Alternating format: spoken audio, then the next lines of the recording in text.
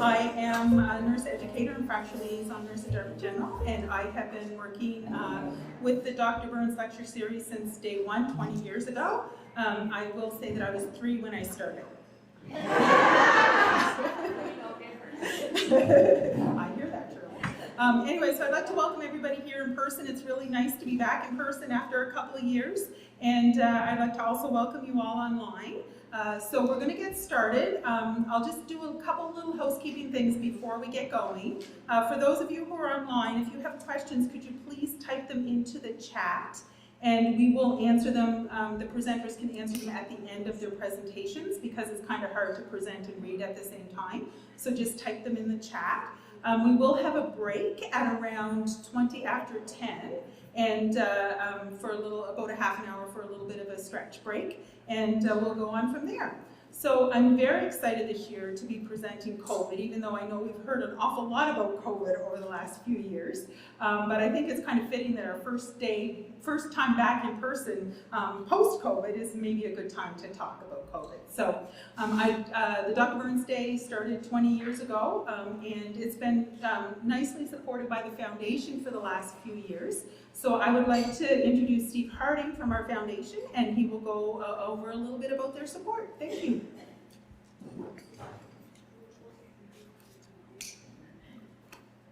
Thank you very much, Carla. Well, 20 years, this is incredible.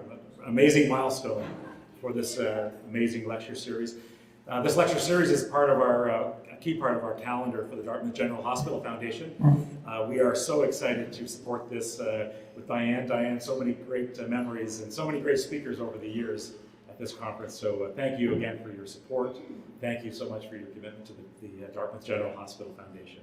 Incredible. Thank you to Carla and Cecilia, amazing committee organizers, Carolyn and Marianne. Thank you for your support, Dr. Davis. Incredible, amazing volunteers who make this happen every year. We are about innovation. The Dartmouth General Hospital, we are innovators. Clearly, that's part of our DNA. With COVID, it created many opportunities to innovate. Some silver linings from COVID, if there are any silver linings, is some of that innovation that will continue with us. Things like the COVID-19 drive-through testing site at the Dartmouth General, thanks to the John and Judy Bragg Family Foundation, funding that innovation that really was so popular at keeping the economy moving during COVID. The drive-through blood collection site, which continues at the Dartmouth General site, another great innovation coming out of COVID. These are great innovations. The wristband, when we were categorizing patients going into the hospital, that at the very beginning, that innovation was driven by the crisis, but amazing innovation again. So innovation, part of our DNA, we will continue to innovate, and our foundation, innovation is something we like to fund. So as you come with ideas to the foundation, again, think about areas that we can support that will continue to drive innovation for the Dartmouth General. Thank you very much, and back over to you, Carol. Thank you.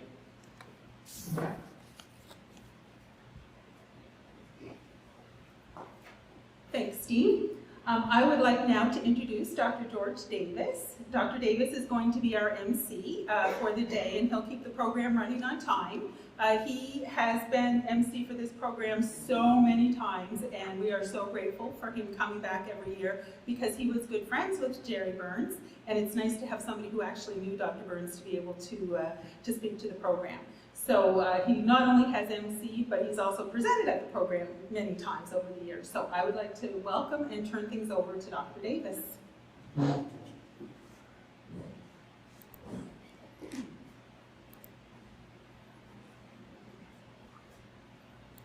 just get that set for you. Thank you, Carla. Good morning. It's so nice to see so many familiar faces in the group, and I know there's many more watching us on through streaming, and I welcome them as well. This is a pretty special event, and it's hard to believe it's 20 years. And we've only missed 1 year, and that was when in 2003, Juan took us out, and so we've been pretty well a continuous series. I like the word series. Series to me means it's going to continue. It has continued, it's going to continue. And the work that's put into it by the foundation, I just thank you, by the Burns family, thank you. And these two, Carla and Cecilia Murphy and Purcell, they work freely and endlessly to make this thing work. I'm excited about the topic today, and I just want to introduce Diane. I've known Diane through Jerry, but I knew Diane through her family. A lot of her brothers and sisters moved to Chester, where I was in general practice before I went into surgery. And my mother, God rest her soul, she was a little feisty, tiny person, and she said, why don't they just rename Chester Flin Flon? Because they were all buying up the property down there. So I looked after a lot of her children and her nieces and nephews in the practice. And then, you know, Jerry and I became friends. I was an intern on his service. I was a junior resident in surgery on his service. And he recruited me to Dartmouth. We played a lot of golf. We had a lot of fun. We had a lot of meals. His favorite being Caesar salad. And he actually started the, I love the story, I'm not going to tell it, about the Christmas tree. He had two aunts in Florida, and he used to drive to Florida and take down the Christmas tree. And so I think Matt and he went down one year, and they got into some snow and salt. And the Christmas tree is on top of the car. And so they decided they were going to clean that up for the aunts, so they took it to the car wash. So they get the Christmas tree and they've got it up. They've got it up in the living room, and they come down the next day, and the first Charlie Brown tree these two old aunts ever saw. Oh my goodness. So I'd like to introduce you to my good friend, Diane Burns. So Diane, please come up and welcome all of us to this great event.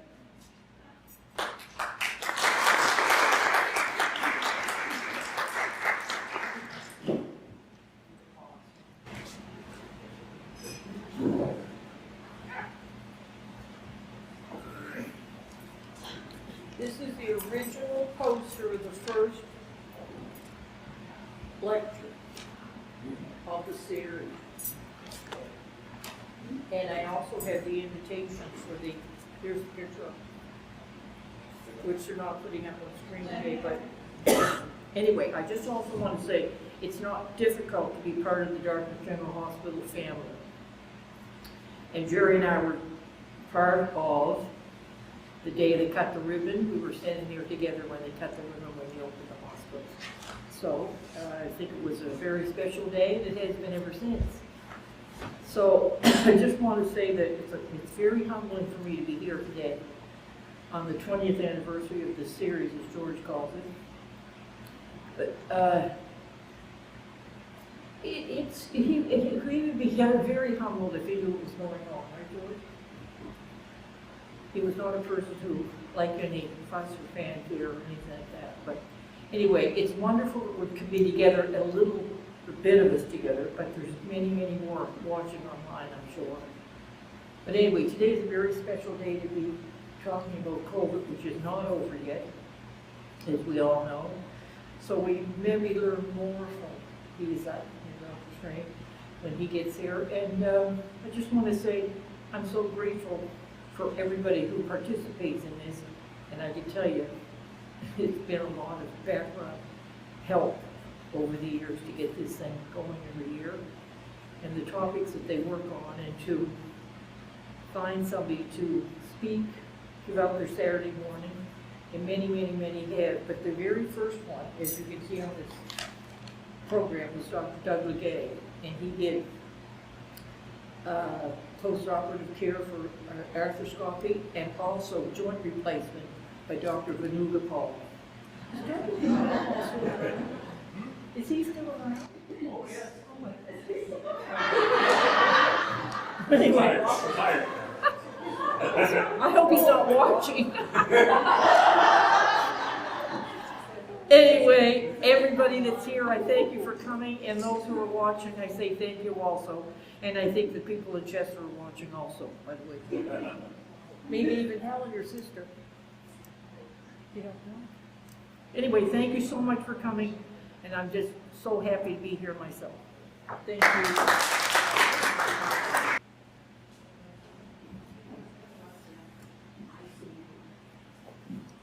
We're going to have a little conference, Carla and I, in a bit.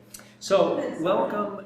This is a great program for the 20th annual Jerry Burns Memorial Lecture Series.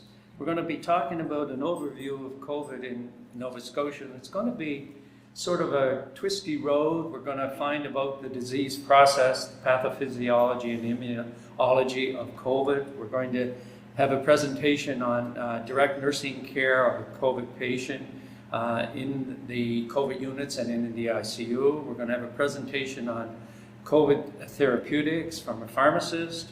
Then we're going to have a presentation on post-COVID syndrome as people learn to live with the disease after it has affected them. And then finally, we're going to have another keynote speaker who's going to do a presentation on moving forward with COVID in Nova Scotia. So we're going to surround it, and I think it's going to be a great program. And it's my pleasure, and everybody, I'm sure, knows the first speaker. We've seen Dr. Barrett, we've listened to her on the radio, and both in our province and nationally. Dr. Barrett is an infectious diseases clinical scientist with the Nova Scotia Health Authority, as well as an assistant professor in infectious diseases, microbiology, and immunology. Was a member of the Canada COVID Therapeutics Task Force, the Canadian COVID-19 Immunology Research Collaborator. She wears many clinical and scientific hats. Dr. Barrett is a viral immunologist involved in COVID-19, hepatitis C, and HIV studies at the local, national, and international level. We're so proud to have her here. Please give Dr. Lisa Barrett a warm welcome.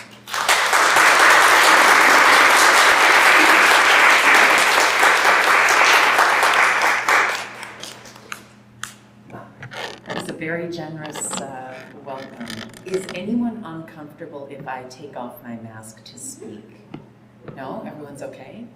Is everyone masked because they thought I was going to be I've had to attend a few events lately, and I walk around with a bag, a snazzy purse full of masks, and run into people and say, "Would you like one?" Goes really well. Okay, and I think I've got about 40 minutes, is that right? Okay, thank you. Thank you to the organizers, Mrs. Burns, Dr. Davis, the Dartmouth General Foundation, Carla, and all of you who've had to harass and wrangle me into getting all the things I needed to be here. An absolute pleasure. And for everybody online, I'm finding cameras. Hi, everyone. Good morning. And if you're sitting in your pajamas, have a sip of coffee for me. I promise the words pathogenesis and immunity are going to be used lightly this morning. Although the topic is important, it is not one that can be covered in great depth. And nor does anyone want to remember their early nursing or medical school days in detail. We're going to glaze a few things, leave some time for discussion and questions at the end.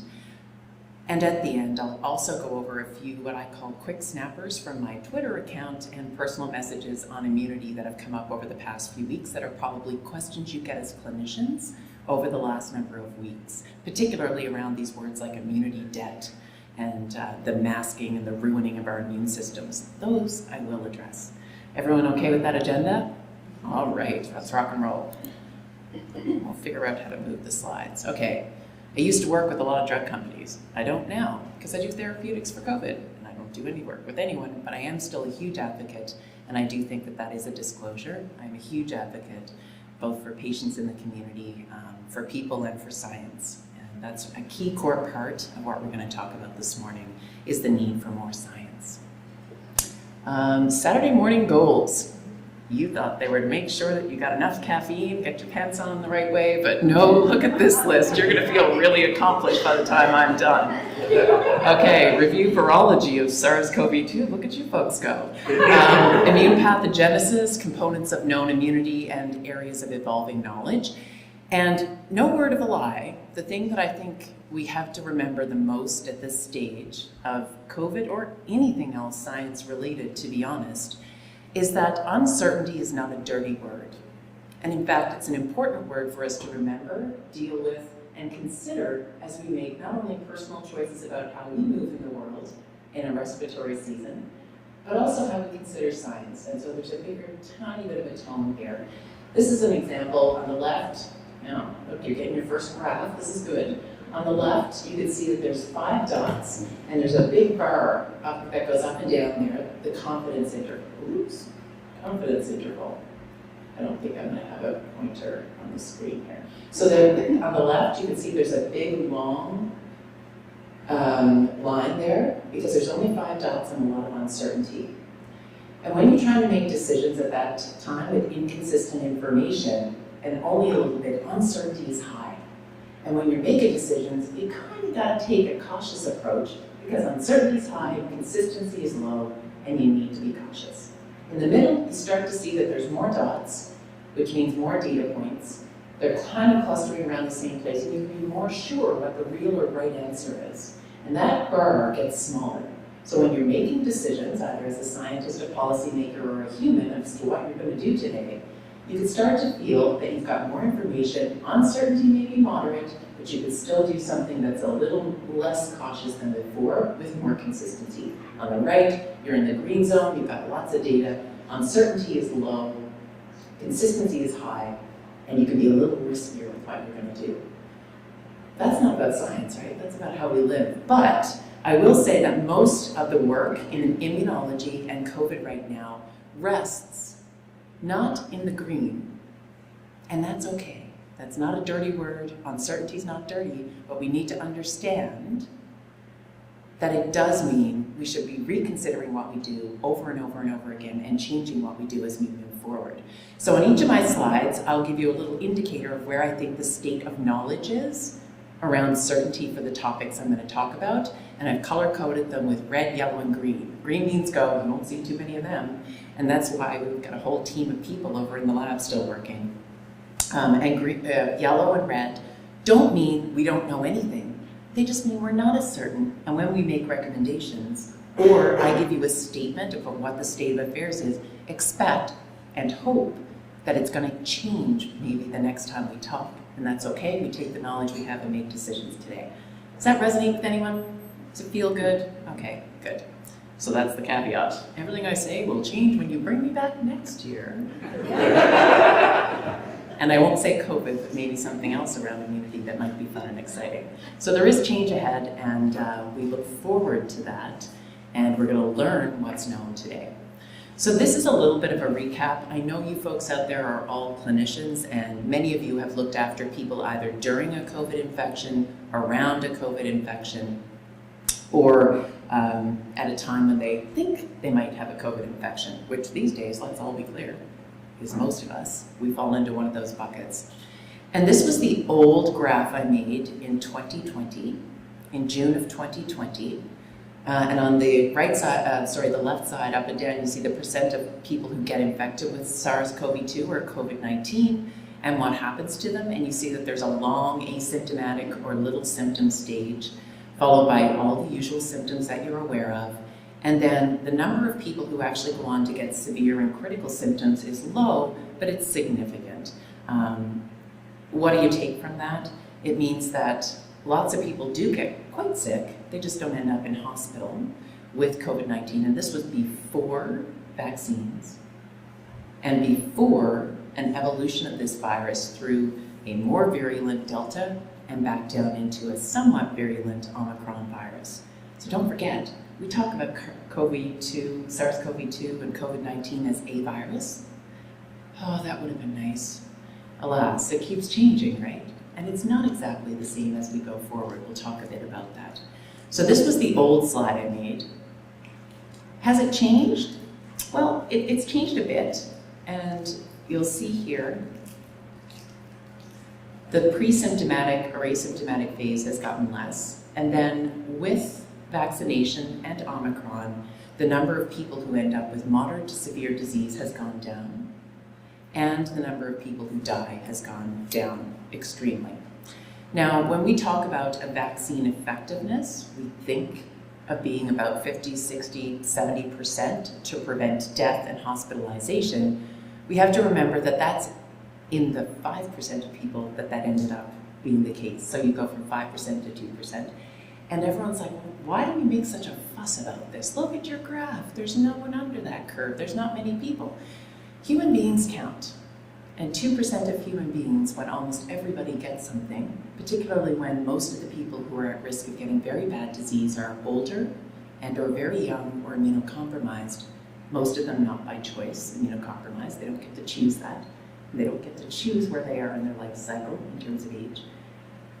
Because that's still a significant number of people, because this virus is so potent, this is why we're still talking about immunity and pathogenesis today. So vaccines are amazing. Everyone is absolutely fabulous for getting them and helping us have a better outcome from a public health perspective, but we still need to understand what's happening here, because 1% to 2% of people is still a lot of humans when almost everyone gets a virus. So that's why we're still talking about this week. Exactly the amount of time that's spent in each of these phases and exactly the number of people that actually get certain symptoms, I put a yellow card here, you'll notice in the right corner. We still don't have that exactly figured out yet. And anyone who tells you that they know exactly what Omicron is doing or the next BA4 or 5 viruses, be cautious about that. We don't exactly know, and we don't know what the coming viruses look like. Does that mean we should all be alarmed or not get vaccines? Absolutely not. Get your vaccines, but be aware that we've got a lot more to learn about the clinical syndrome. And for you folks out there who look after patients coming into hospital, either with COVID, because they are sick with pulmonary disease, or for COVID and they're very ill, or if they just have what some people call incidental COVID, be aware and clinically present with them. Document things, observe things. That's really, really, really important right now, to change that yellow box to a green box and to know exactly what's going on with our patients and people. If we assume we know, we're going to miss the clinical benefits that you folks have, and that's not research. That's called being a good clinician.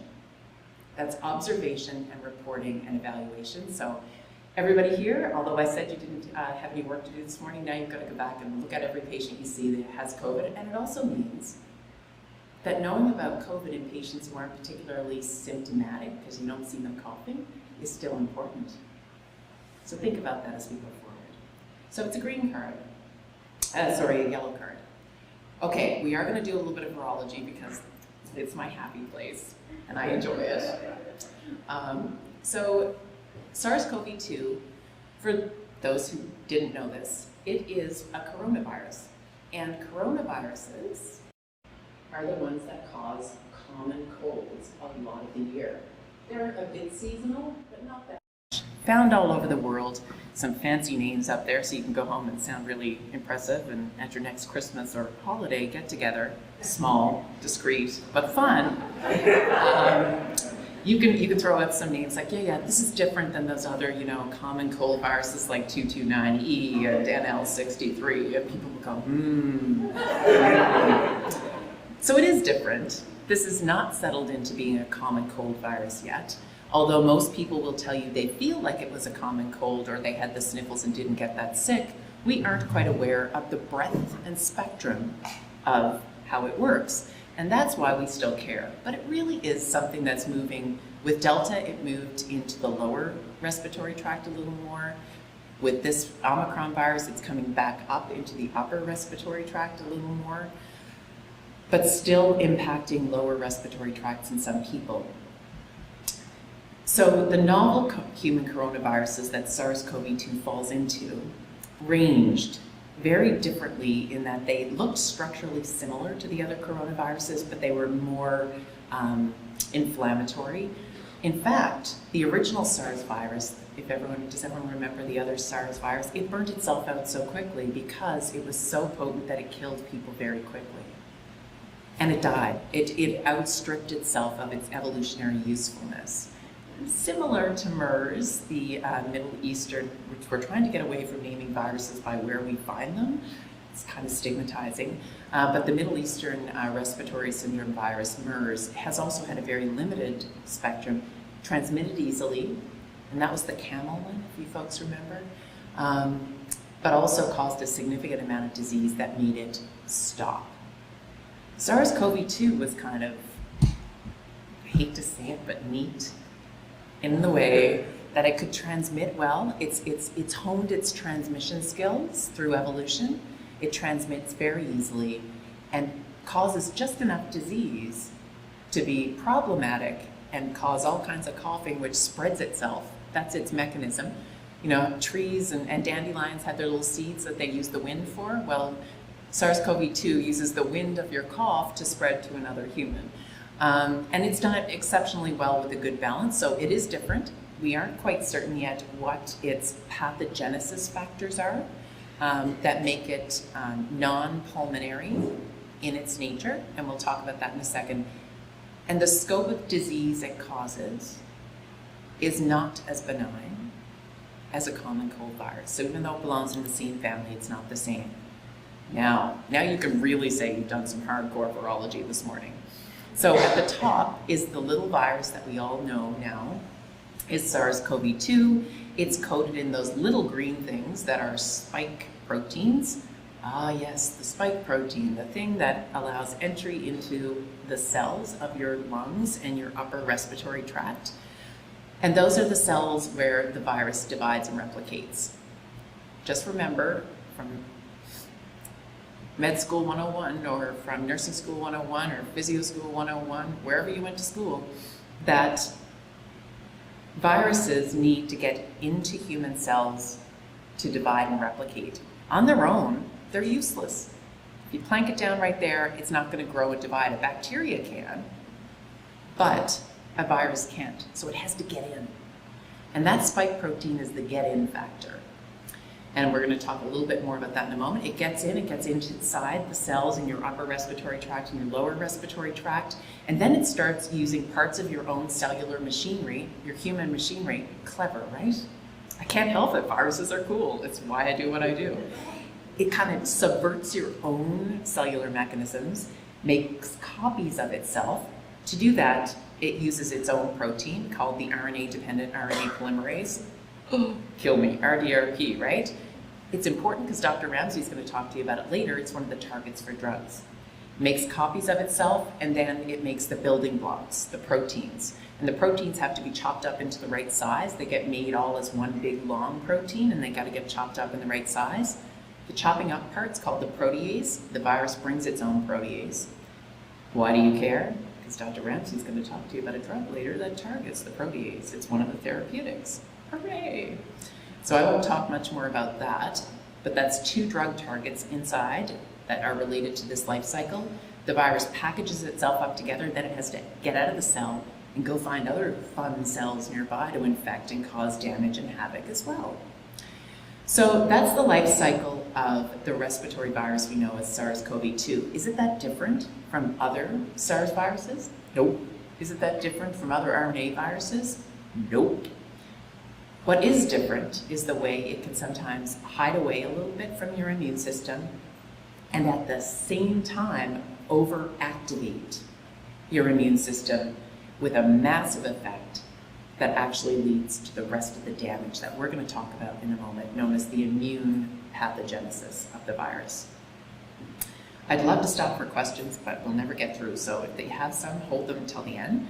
This is just to point out to you the 2 drug targets that are internal, and then outside, as I mentioned before, the spike protein. If you can prevent that spike protein from binding on and entering the cell, you're going to prevent a lot of infection.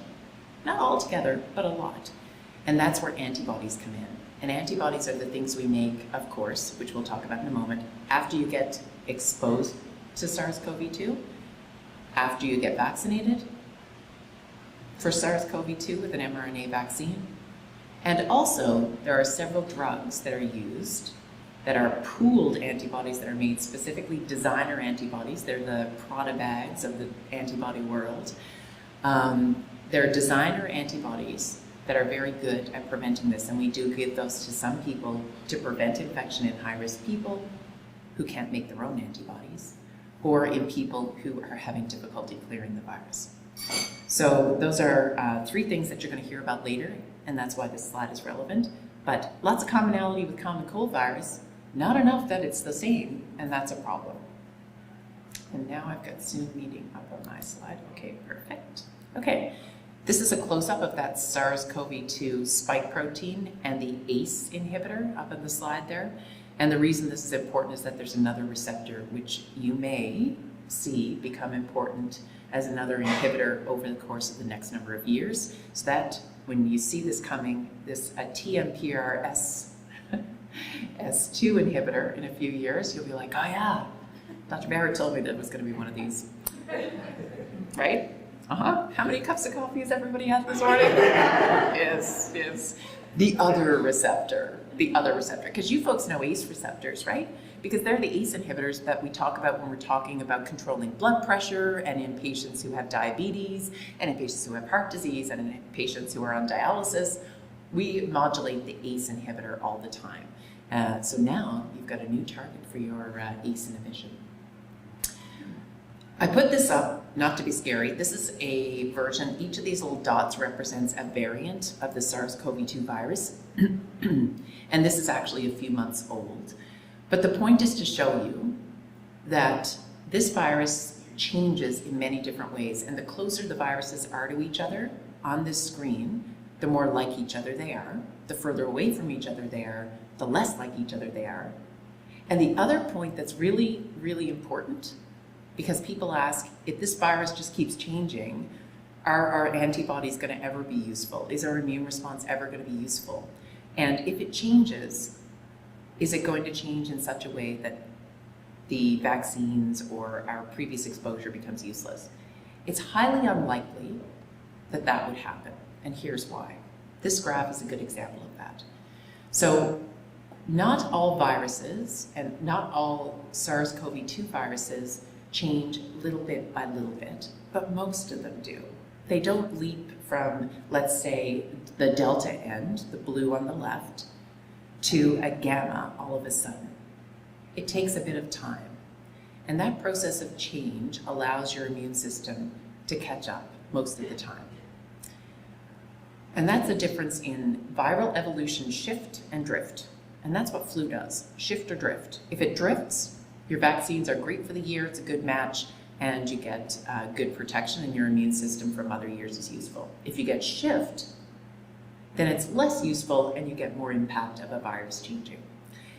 What you can see here is 2 things. One, and I meant to put a little yellow card, actually a red card on this one, is that we don't understand exactly what's driving viral evolution at the moment except pressure. The more great vaccines we get, unfortunately, the more pressure we put on the virus to change. That's normal. Is it catastrophic? No, but do we know exactly how it's going to change? No. And this is another plea for people to keep testing for and logging results for SARS-CoV-2 genomes and virus. If we never know what people have, we're going to have a darn hard time predicting where it's going next. And that's one of the reasons I'll say we know a bit about viral evolution. We don't understand exactly how this virus moves in terms of its evolution yet. It's not just like the other common cold viruses.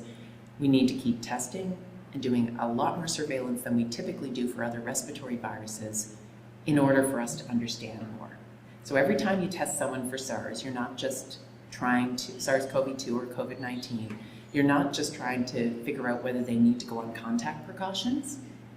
We're actually allowing ourselves to be able to contribute to databases that are able to show what's happening with viral evolution. So you're doing something every single time you do one of those MP swabs, and thank you for that.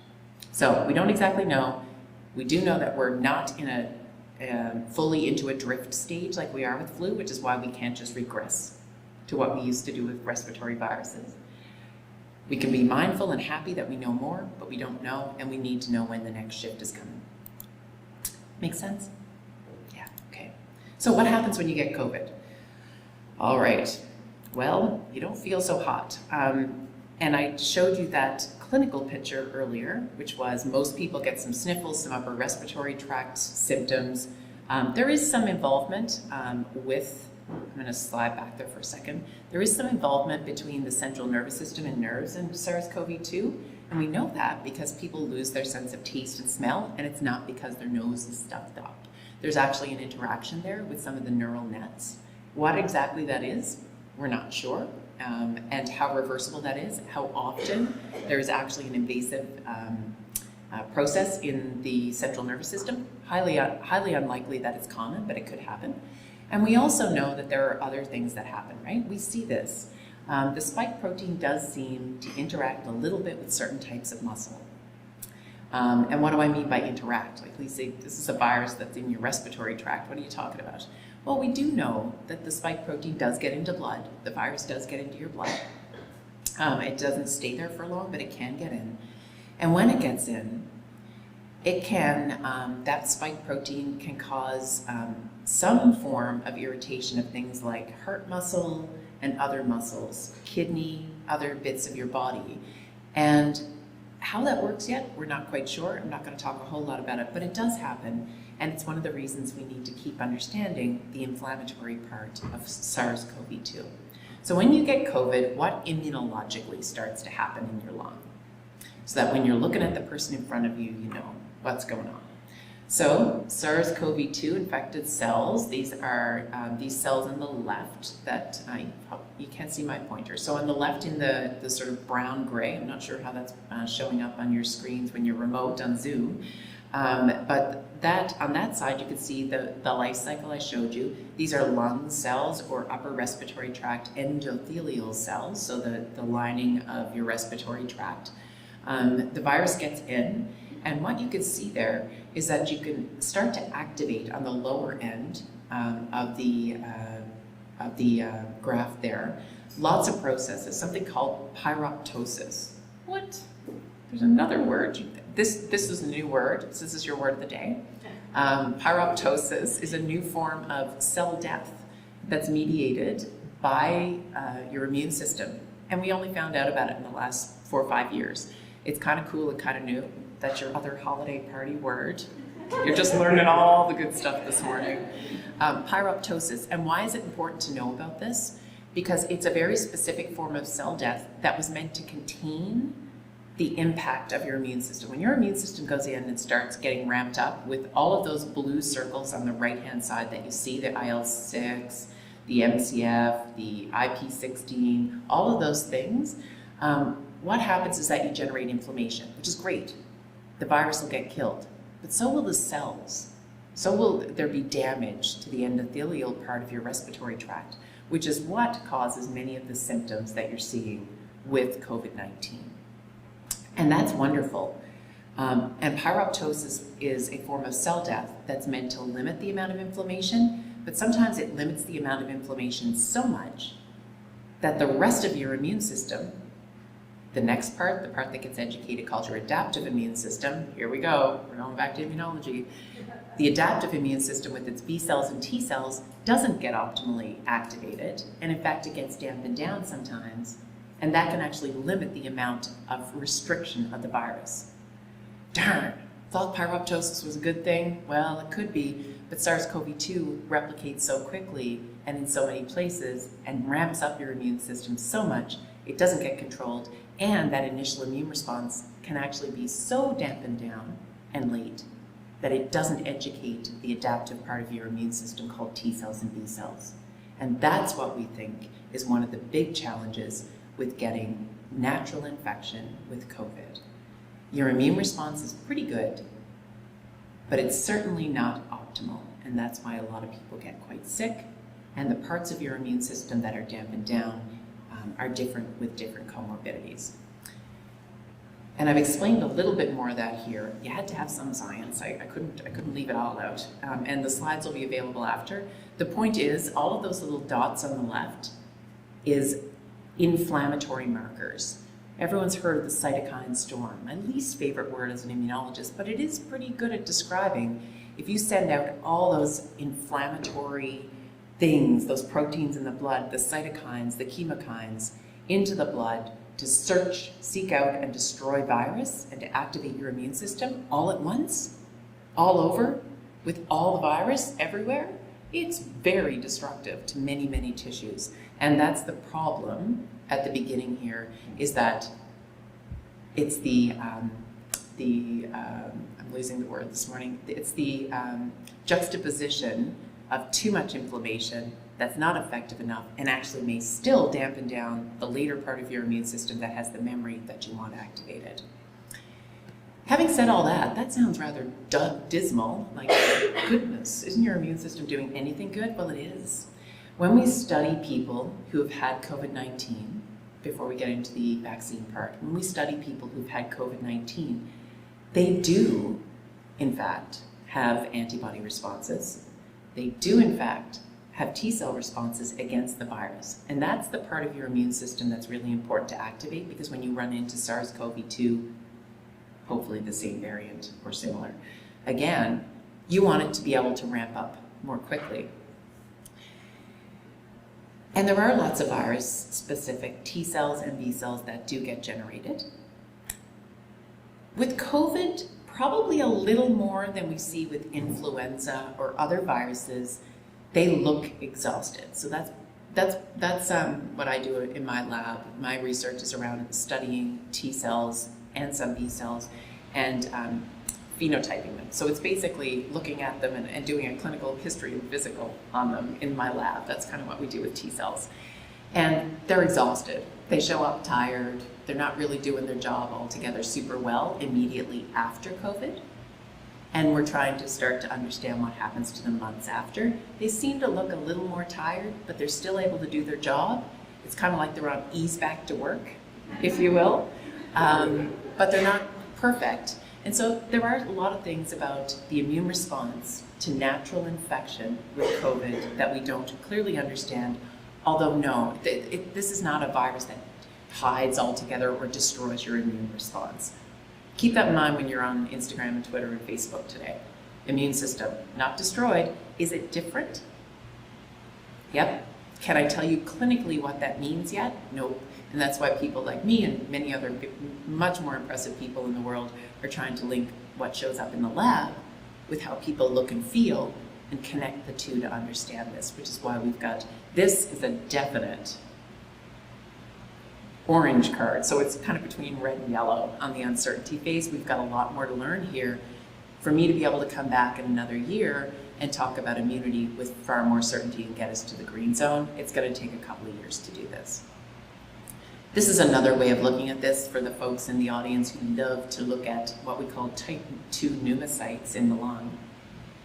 I don't love to look at type 2 pneumocytes in the lung, but you know, what you can see here is that there's a lot of inflammation. And I mentioned B cells and T cells, but if you search back through the memory banks there, you'll also remember that there are neutrophils and monocytes and other what we call myeloid cells that are part of that inflammatory early response. They don't have memory much, but they also cause a lot of tissue damage, and that's what you see in the lung, is a lot of infiltrate.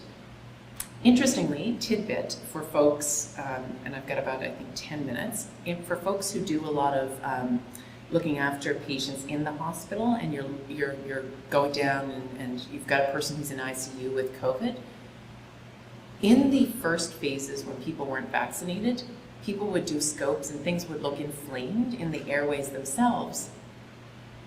But there was no pus. There was nothing. It was clear water.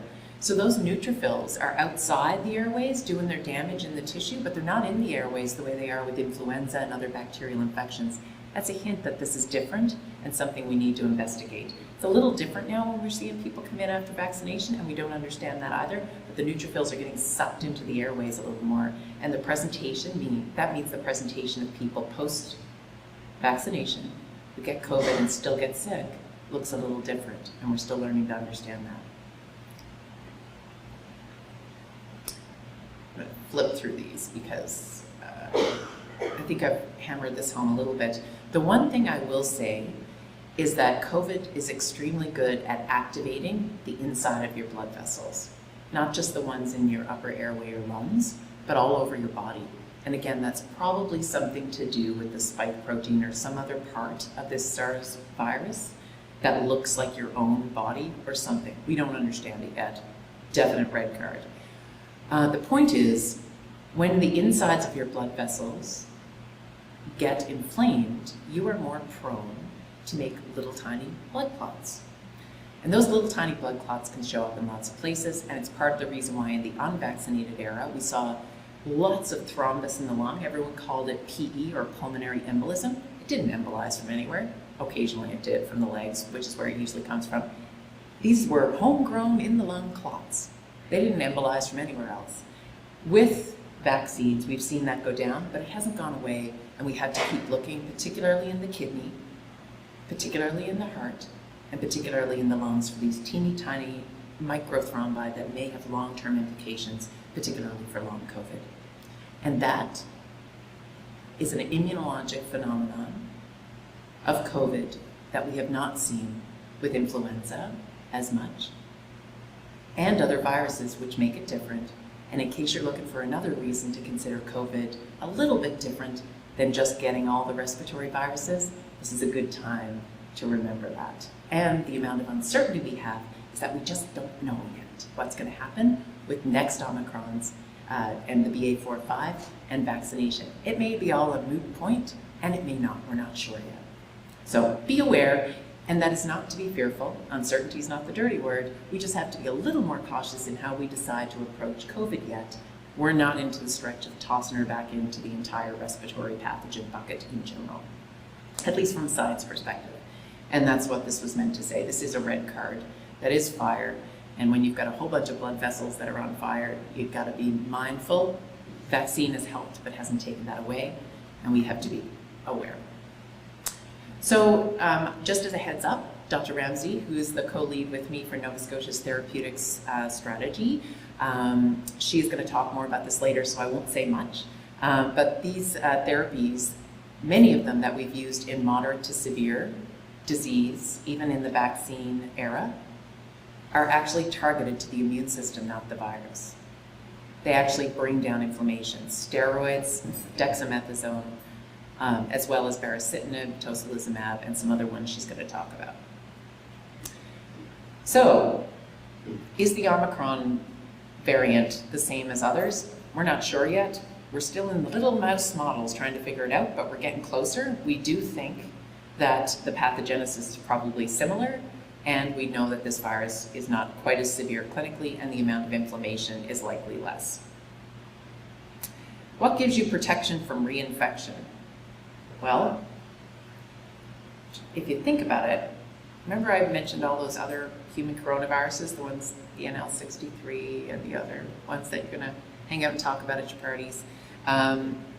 Those ones we get every single year. So our immune system is educated. We probably get less severe disease because our immune system has had exposure, but it's not perfect. So it's what we call non-sterilizing immunity. It's protective immunity through an educated, that is exposed, immune system, but it's not perfect. So are we going to get perfect protection from reinfection with SARS-CoV-2? Almost certainly not. Sorry. It hasn't become a seasonal virus yet. It is still at a high level in the community, and that's why we're making still a big deal about it. This is just a reminder that that part of the reinfection, what keeps us from getting reinfected or really sick, lies here. This describes both memory and T cells. On the left-hand side, this is the first time you see a pathogen. Let's just say SARS-CoV-2. And you can see that the antibody response goes up so far, hooray. And the T cells that are specific and get in there and kind of clean things up, those T cells also are present, but they don't go super high and then they go down. P.S. That's normal. That is not failure of the immune system. If you can't detect high levels of antibodies 12 weeks after you've had COVID, they're supposed to go down. If they stayed high all the time, your body would have nowhere to put anything. Your blood had turned solid from all the antibodies. They're supposed to go down, but it does mean that if you run into a virus again, it takes a little while to ramp it back up. The more you see the same infection, the higher and better and faster your immune response is in immunocompetent people with a normal immune response. So this is a primer. I know you folks know this already, but it's worth, I have to remind myself of this every day. This is normal. This is blunted in people who are older for both B and T cells. And this is also blunted for people who have an immune system that's compromised, because they start lower the first time and they reach a lower peak, which is why vaccine intervals are different and probably why their protection is different. So why does it happen? Well, as I said, faster, more efficient, and directed. The long-time healthcare worker who's worked on a front line doing something for a long period of time is faster, more efficient, gets more done per cell, and that's kind of the way your immune system works too. Yes, going from McDonald's to Michelin star dining. And antibody quality and quantity are both important. So the long and the short of it is, the short protection comes from that little bit of antibody you get at the beginning. The long protection comes from your memory B cells and T cells. The T cells with mRNA vaccines, are the ones that provide protection from moderate to severe disease. The antibodies reduce the amount of sniffly, snuffly bit you get at the beginning, but the T cells are the ones that protect people from getting into ICUs and hospitals. Who are the people who have the most compromised T cells, whether that's natural infection or vaccine that you get them? It's people who are transplant patients, because we deliberately take away their T cells.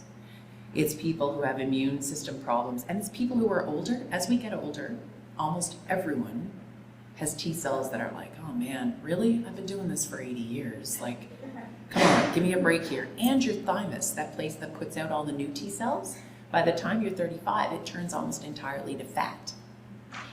Darn, no new T cells. Like, what are you gonna do about that? They're all coming now from the bone marrow, so it's not the best spot.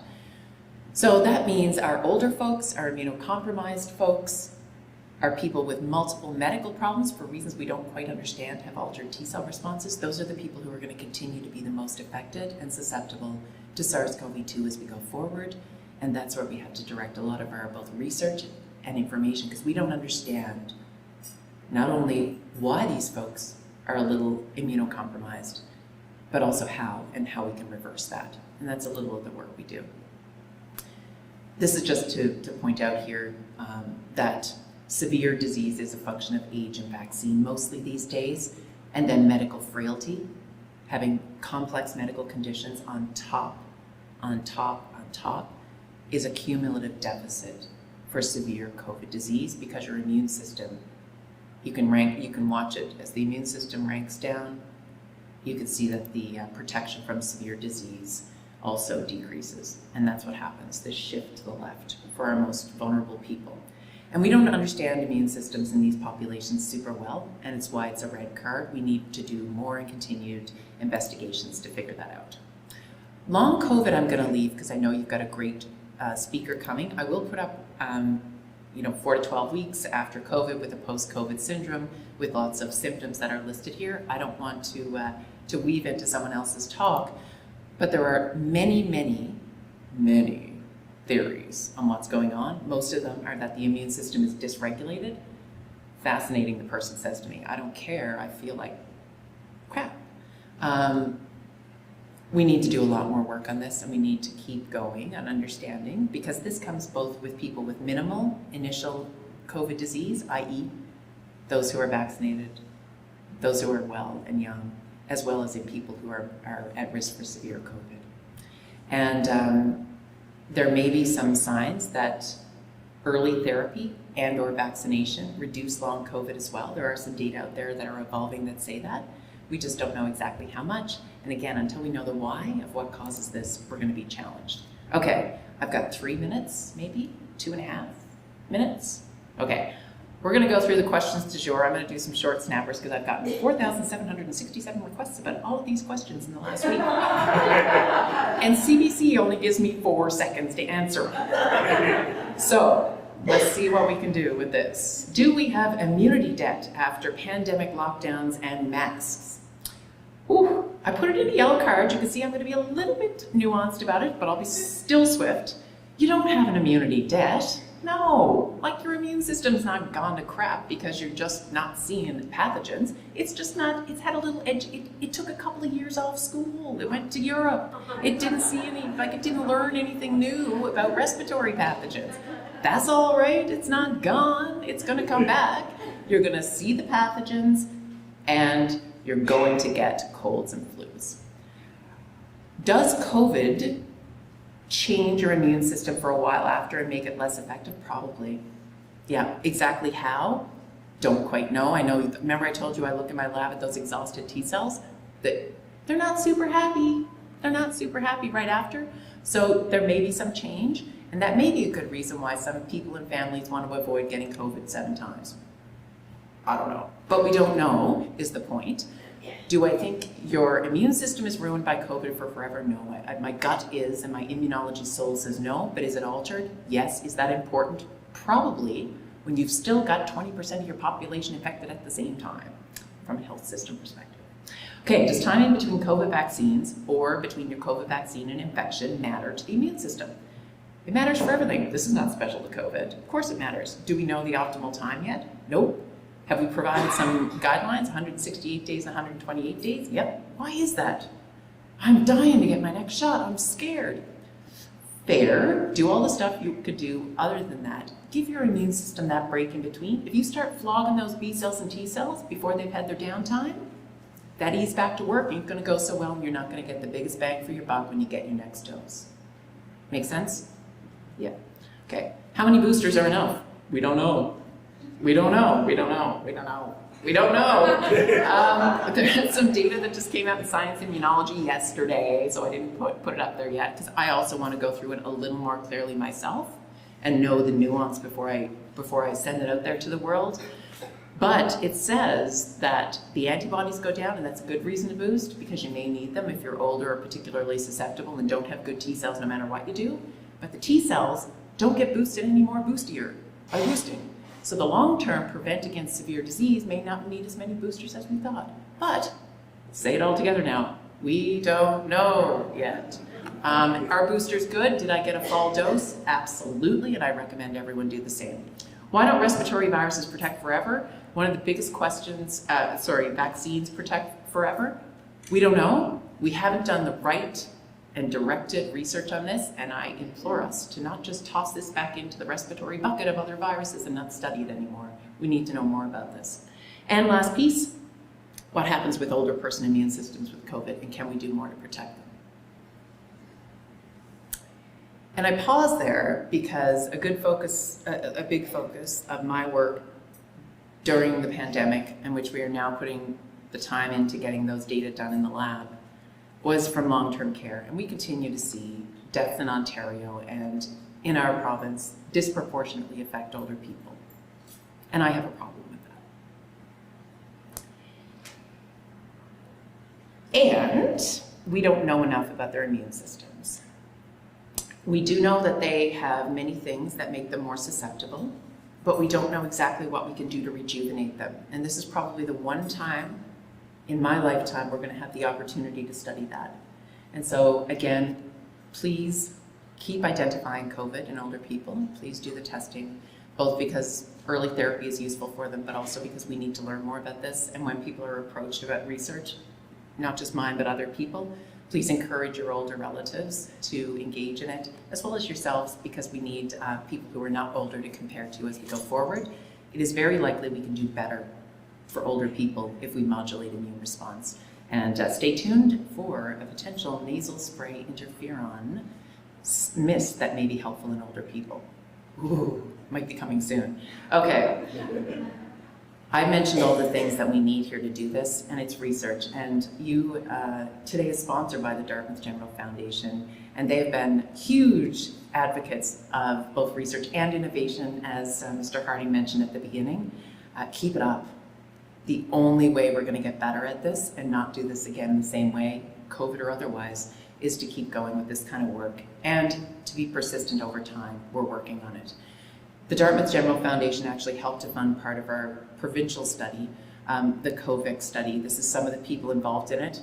This is not a village. In terms of a study, this is a massive, massive, massive community, and this is only a few of the people and none of the names of the participants, which are almost 400.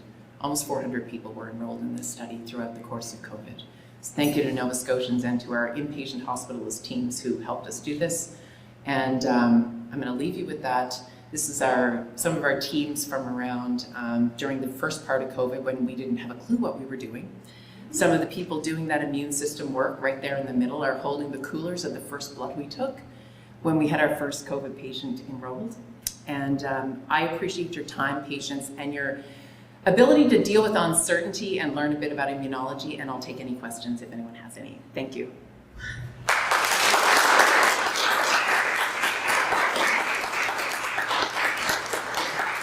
Does anybody have any questions? I do.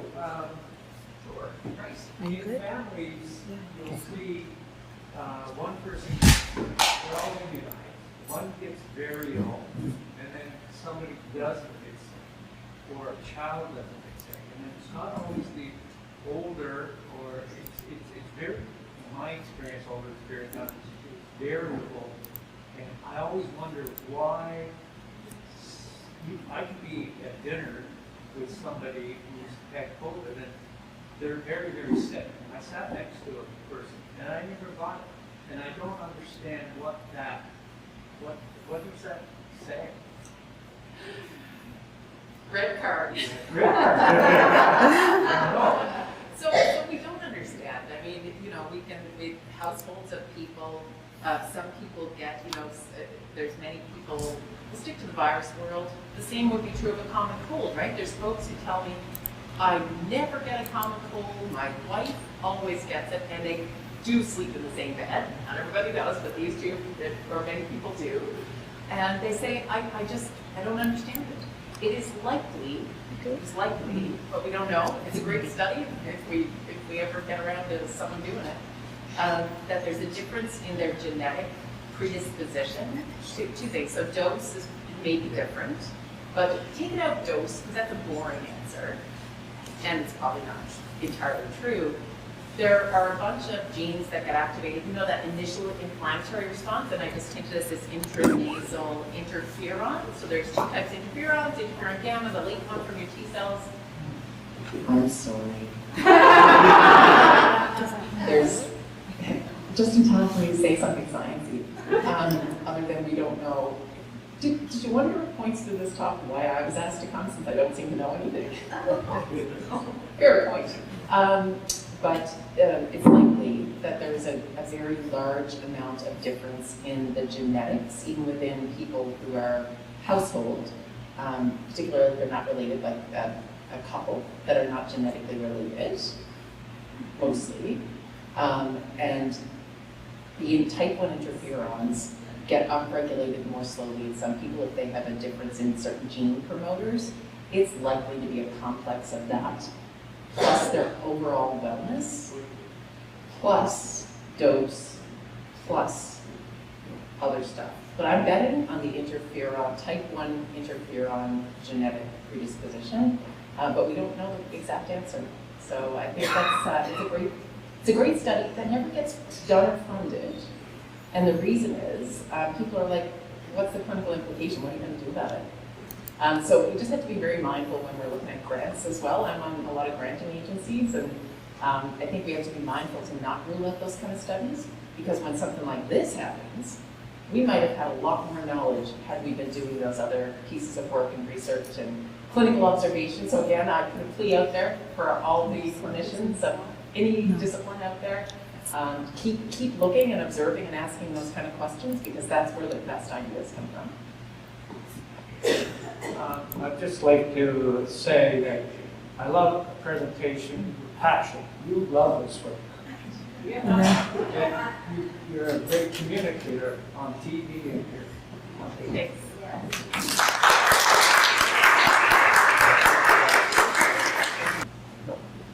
So that was fantastic, and I'm looking forward to the pathogenesis and immunology. That's it takes you quite a bit back in your career. Now we're going to go to what we do, and we're going to have a talk from two young registered nurses about nursing care of the COVID patient. There's Courtney Cole, who I met today. She graduated from St. Bex, and then there's Maria Collier. She graduated from Dow, and they get along great. That's great. They're both clinical educators at the Halifax Infirmary site. They're both employed by the Nova Scotia Health Association. Both have covered inpatients on the COVID units at the HI site and also the IMCU patients.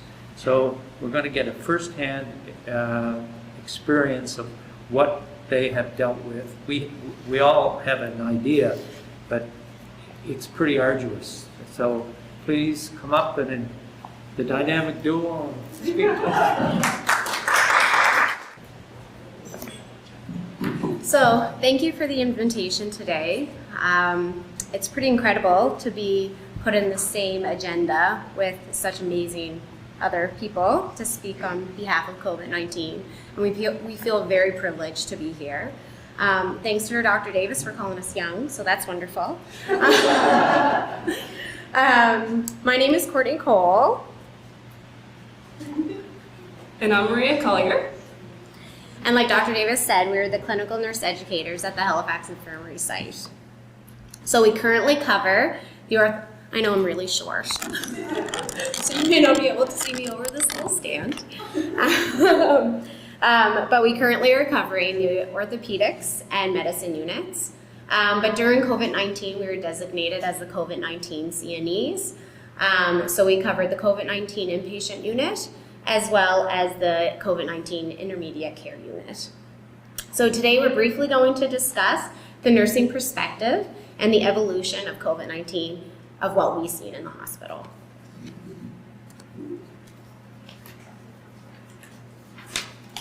I'm gonna raise it.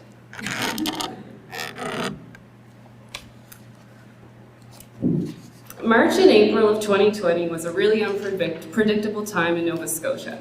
COVID-19 was becoming more real, and the hospital was in the beginning phases of our pandemic. Non-emergent orthopedic surgeries were canceled, and the orthopedic short-stay unit was transformed into the first inpatient COVID-19 unit. Nova Scotia was beginning to see its first cases in the community, and we were starting to feel the heaviness of working in healthcare.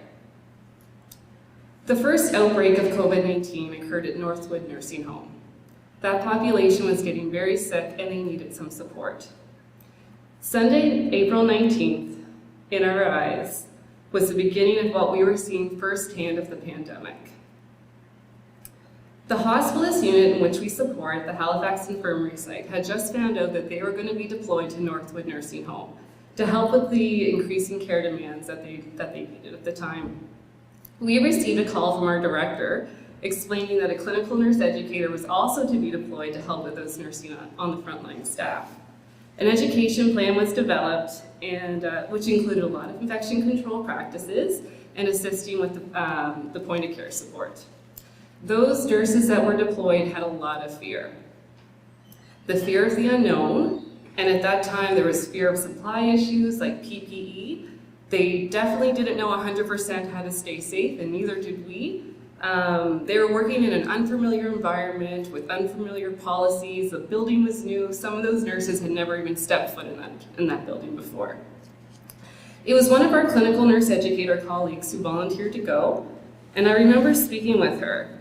She explained how overwhelmed she was just going there, and I could see how shell-shocked she was by what she was experiencing there firsthand. When the majority of the province was shut down and told to stay the blazes home, these nurses left their families and stayed in hotels to provide the care and assist with the overwhelming, evolving virus. The nursing staff stepped up to the ask and they worked as a team at Northwood with the little information they had on the virus. And these nurses, you might have heard the term, we call them our Northwood heroes.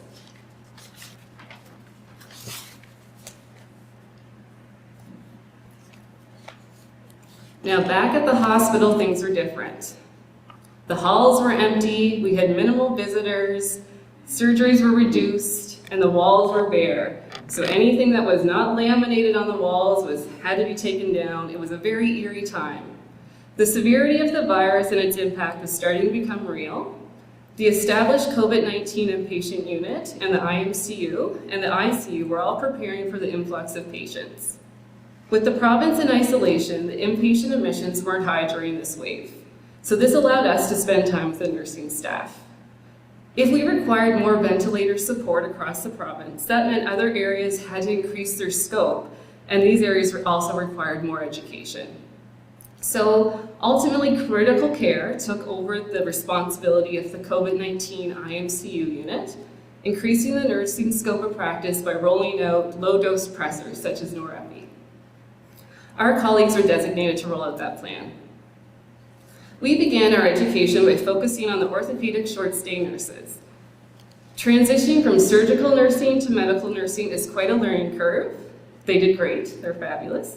We focused on infection control practices in collaboration with our very knowledgeable infection control practitioners. Utilizing personal protective equipment and understanding the importance of being vigilant. We reviewed sepsis management, acute respiratory distress syndrome, and those associated nursing interventions. We were all under the collective understanding that we had to be adaptable to change. We had to change historically the way we provided care to inpatients, adapt our routines. Nursing staff had to learn how to cluster care to minimize their amount of exposure of the virus. So if we had medications due at one time, we would ensure that's when we did our assessments, any point of care requests, things like that. So we weren't going in and out of those patient rooms unnecessarily. But this also made emotional support for the inpatients very challenging. And it looked different than what we were used to. We weren't able to spend that time to build those therapeutic relationships at the bedside, and you could tell that the patients and the nurses found that really challenging. Healthcare workers had to learn creative ways to assess and communicate with their patients. So we rolled out the use of Masimo machines, for those of you who knows what those are, and for those that don't, this use of continuous oxygen monitoring. So most patients on the unit had that on, so we were able to monitor their oxygen saturation at the nurse's station, as well as their heart rate, which is really beneficial. We also used Bluetooth stethoscopes, and we used iPads and call bells for communication. Originally, anyone that was positive for COVID-19 would be transferred to the COVID inpatient unit.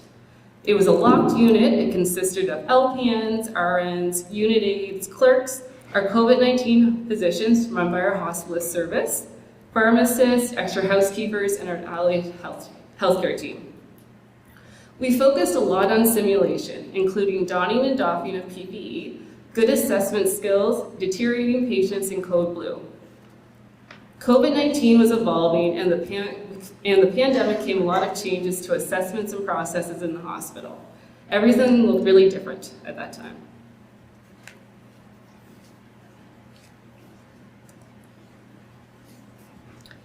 Communication was extremely important during this time. Nova Scotia Health Authority created a COVID-19 hub, which was one area where staff could stay on top of related information and current processes. Our role as clinical nurse educators was to be aware of all the updated forms and procedures, understand and interpret the information, and then disseminate that to the frontline staff. Many of the changes directly impacted our care areas. We had to learn new terminology, such as AGMP, aerosol generating medical procedures, what made COVID airborne, which changed the way we care for all patients who require nebulized medication, CPAP, BiPAP, oxygen modalities, code blue management, and what PPE was best suited for what situation. These changes impacted all patient care across the province. Due to the nature of this virus, we were getting updated information rapidly. This made the education piece very, very challenging. We would educate the staff on one change, and by the next day or week, it would be changed again. There were frustrations and feelings of being very, very overwhelmed by information overload and constant change. Debriefing became a common part of our practice at a unit level to ensure the right steps were being taken and ways to improve them. For an example, with every transfer or decompensation of a patient, we would debrief as a team, so we all get together, talk about what went well, what didn't go so well, so we can improve our practice further. Like Dr. Barrett said, it was always evolving, it was always changing, so we had to change with it. This brings us to the second wave. So the second wave of COVID-19 brought inpatient admissions, deployed staff to new care areas, and evaluations of what we were educating and reinforcing our learning plans. Understanding that COVID-19 could show up anywhere in our hospital, we had to make sure all our med-surg units were getting COVID-19 education. We were doing daily COVID-19 simulations and donning and doffing to all units. We were always trying to be adaptive. Discussions on improving communications between healthcare team members with patients, self-proning, how to work with a clean nurse and a dirty nurse in a buddy system, which means a nurse would be designated to go into a COVID unit, a COVID room, donned in their PPE, do their assessments and the tasks that they needed to do in the cluster care aspect, while there'd be a clean nurse at the door frame documenting the patient's assessments. This reduced the risk of transmission of staff being brought in and out of the units, of the rooms. We were in consistent collaboration with our infection control practitioners, having to figure out the safest way to transport COVID-19 patients throughout our hallways to minimize risk of transmissions. We developed clear thresholds on when to communicate patients' conditions with the COVID physicians and assessments of early signs of hypoxia. If a patient required more oxygen support, we had to make the COVID physician know immediately, or any change in their clinical status, for that matter. The physician support became a 24-hour, 7 days a week support system. We established a unit-based interprofessional rounds daily to review all patients. And as CNEs, we had to evolve our education plan to include simulation of transfers and processes, the importance of proning, which is a position that will aid in lung expansion to promote better breathing patterns, and the assessments of ARDS, which is the acute respiratory distress syndrome.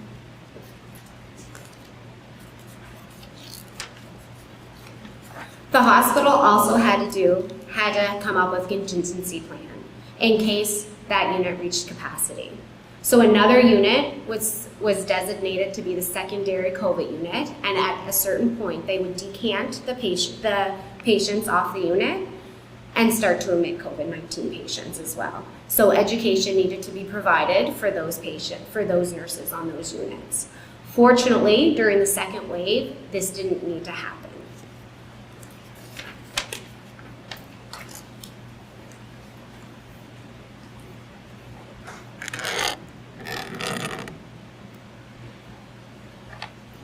So this brings us to wave 3. And for those of us who worked during all of the COVID pandemic, I think this was the first wave where things really felt really real and really scary. So healthcare workers are beginning to be vaccinated. We felt very happy at that point. The wave hit the healthcare system really fast and really hard. Again, elective surgeries were canceled to make room for those COVID-19 admissions, and the COVID-19 units were getting deployed staff from other areas. Many of these deployed nurses had not worked acute medicine in years or ever in their career. We were extremely fortunate for those nurses that were deployed to us. They were very eager and curious and willing to learn. Understanding that these nurses came from different medical backgrounds and training, we had to figure out a way to optimize each nurse So one thing we did was the unit that was the primary COVID unit had really strong nurses on. We would often pair a deployed staff with one of those regular COVID-19 nurses to have that experience mix. And we would focus our education on transferable information that was really impactful at the bedside. So just to make it really tangible for them so that it made sense when they were in those patients' rooms. We focused on educating them on relevant medications and therapeutics when those were available. We updated the code blue management whenever that was changing. And we had simulations with our COVID physicians run by in association with the wonderful Dr. Christy Bussey, if those of you who know her. With infection control practices at the core of everything we taught.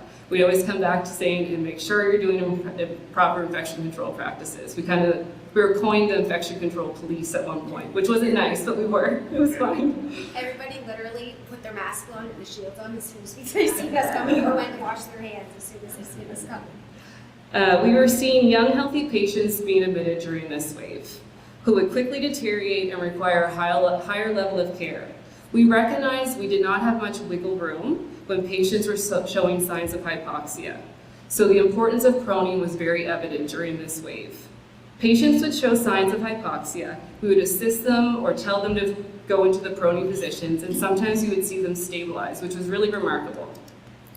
Bed rest was ordered on many patients, and as a nurse who were so used to encouraging mobilization, it was a switch for us. So instead of saying, let's walk you to the bathroom, we're actually going to insert a Foley now, and you're not going to get up for a couple days at a time. It was different. So I remember specifically there was a patient walked to the washroom, and it was so much exertion for him. He was not able to recover, and he required more oxygen support, and eventually did require a higher level of care. And not equating it all to the walk to the washroom, however, I think that was something, was like the catalyst that spiraled it all. During this time, our inpatient unit was also transferring up to 10 patients a day, potentially to higher level of care like IMCU or ICU. It was like a revolving door. At that time, I was often on the inpatient unit and Courtney was often in the IMCU unit, and I would help the nurses from the inpatient unit bring down to the IMCU unit, and she was helping the staff on the IMCU unit. Felt almost like a war zone at one point. There was controlled intubations occurring on the intermediate care unit as well, which is a new practice for that area. And new order sets are being developed to make transfers more seamless and more easier. We thanked our respiratory therapists every day. They need a huge shout out during this pandemic. They are wonderful. They were so crucial to the positive patient outcomes. The impact of COVID-19 in this wave created the need for more ICU beds. The COVID-19 inpatient unit did reach capacity during this wave, and a second unit was opened, and that unit was also filling up quite fast. So a third inpatient unit was in the preparing phases of decanting those patients. So they all got decanted and education had begun for the third unit, which seemed crazy at the time. So, however, the COVID-19 units were functioning quite well, which was nice, due to the great leadership and collaboration. However, the rest of the hospital seemed to be struggling a lot.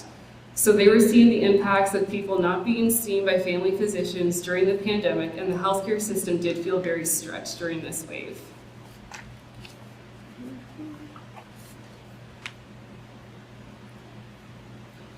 All right, so wave 4, for those of you who are still working in during COVID. So this wave felt like riding a very weird bike that you didn't want to ride. It brought new challenges, yet a sense of overall familiarity. We began to understand the processes that were created, the roles were defined, and troubleshooting was becoming very easy. The current staff on the COVID-19 units had the system down. These nurses knew what was going on. It was wonderful. It was running like a well-oiled machine.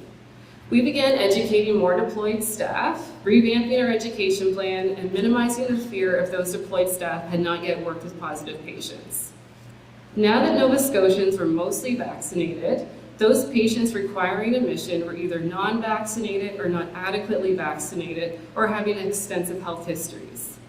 Requiring staff to be educated not solely on COVID-19 anymore, but all those other medical issues as well. A group of deployed staff who had not worked acute medicine in their career were eager to help, but were not trained on the different modalities that they needed to do to carry a full patient assignment. So to utilize them appropriately, we decided to create a proning team. So each day there would be 2 to 3 staff members that would be designated to this team, and that would be their main priority, to help patients into the proning position. The unit would identify which patients met this criteria, and those nurses would go around as a team helping each patient. So you can assume 20 to 25 patients. Each positioning could take anywhere from 5 to 10 minutes. They were doing with each patient 1 to 2 hours. They were very, very busy. And it was also a very physically demanding job, very sweaty. They were taking on and putting on their PPE between each patient. And it was a heavy job, but we really appreciate what they did there. And we had really good outcomes from it. Many staff at this point were also off with COVID-19 infections, resulting in staffing shortages. Units were dealing with COVID-19 outbreaks across the organization, and those units required specific COVID-19 education. We were able to support our CNE colleagues in collaboration with IPAC. COVID-19 therapies were available, and we were very excited to see this positive turn in the pandemic.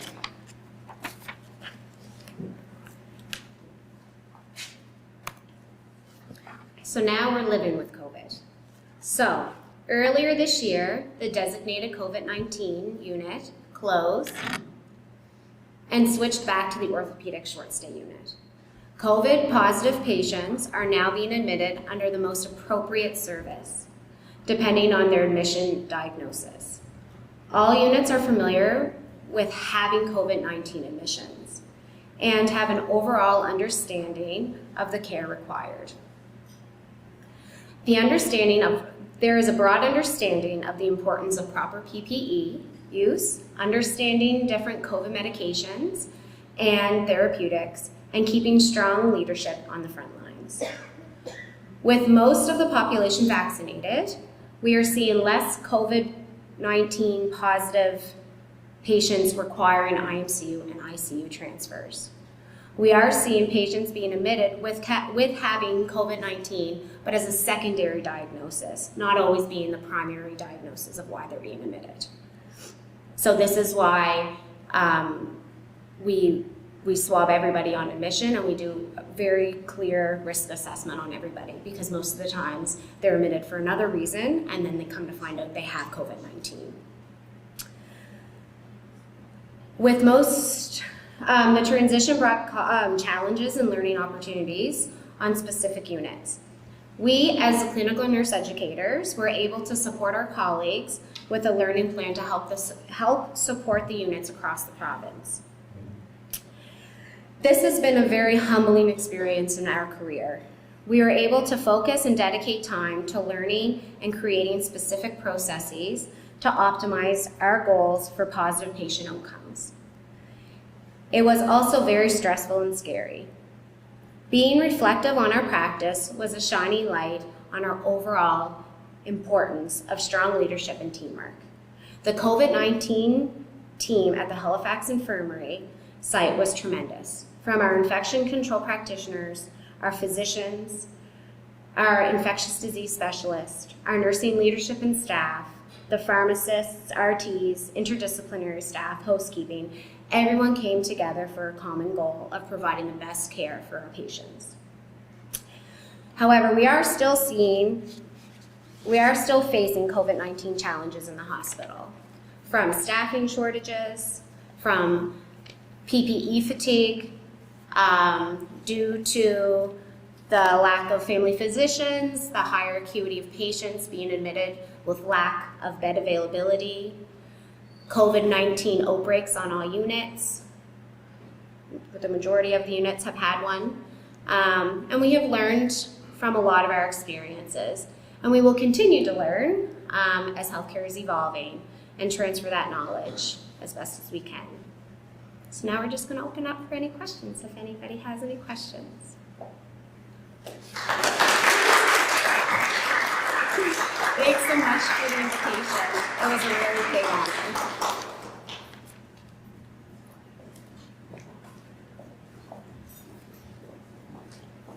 I question.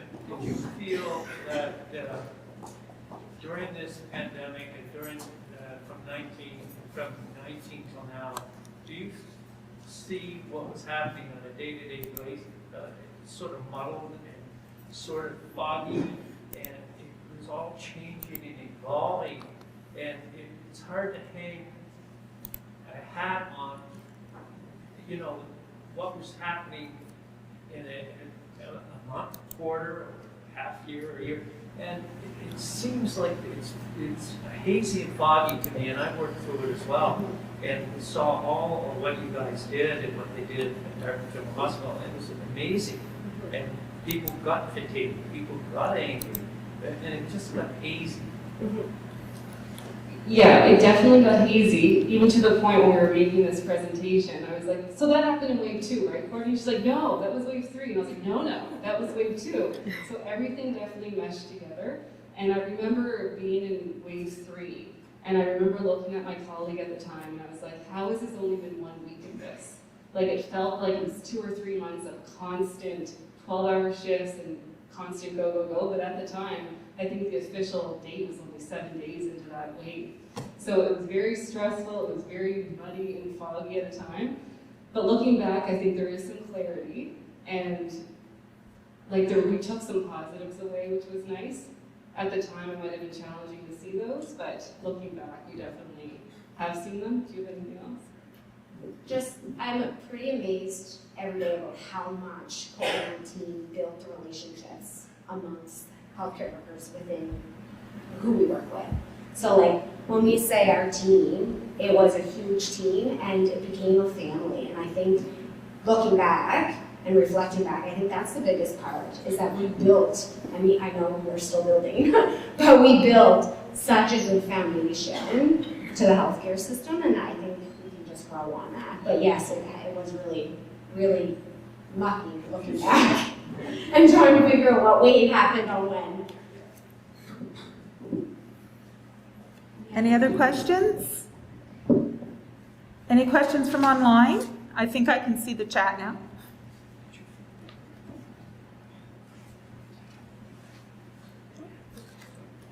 Okay, Yeah. thanks so much, everyone.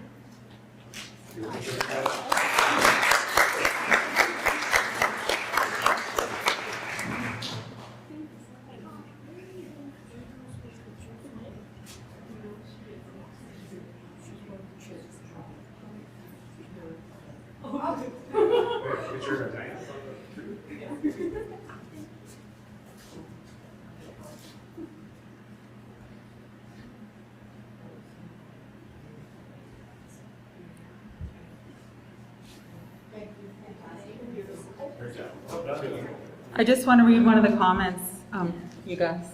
Excellent presentation. Also want to add a thank you for the incredible support you provided, not only to staff on your units, but also to the other units who consulted you throughout the pandemic. So that's really nice. Okay, so I think we're going to take a break now for about a half an hour, and then we'll be back with the next presentation. Thank you.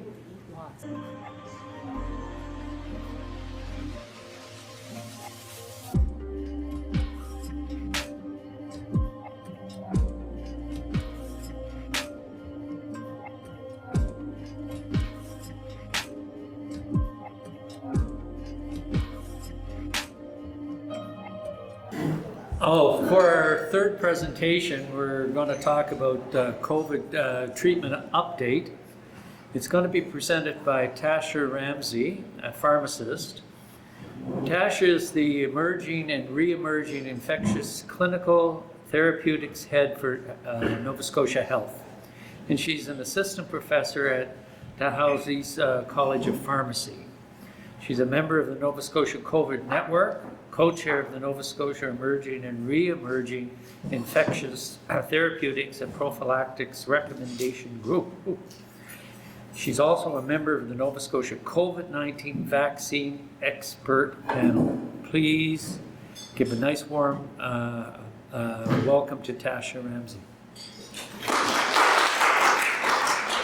Alrighty, so we should probably do two things. So first is sound check. I'm vertically challenged. Is the mic in an okay place to hear me? Perfect. I guess also height check. Can you see me over the podium or am I too short? You can see me? Perfect. So in the next 30 minutes, we're going to take a journey through COVID medications. I was asked to kind of briefly touch base on what drugs are we using, who do we use them in, what do we think they're going to do, and what are the processes to get them. But the first thing I love to do is provide a big disclaimer, which is that information is still evolving, it's still changing. We're still learning about the virus, we're still learning about the drugs, and so understandably, what I say today may become outdated in, say, a week or two.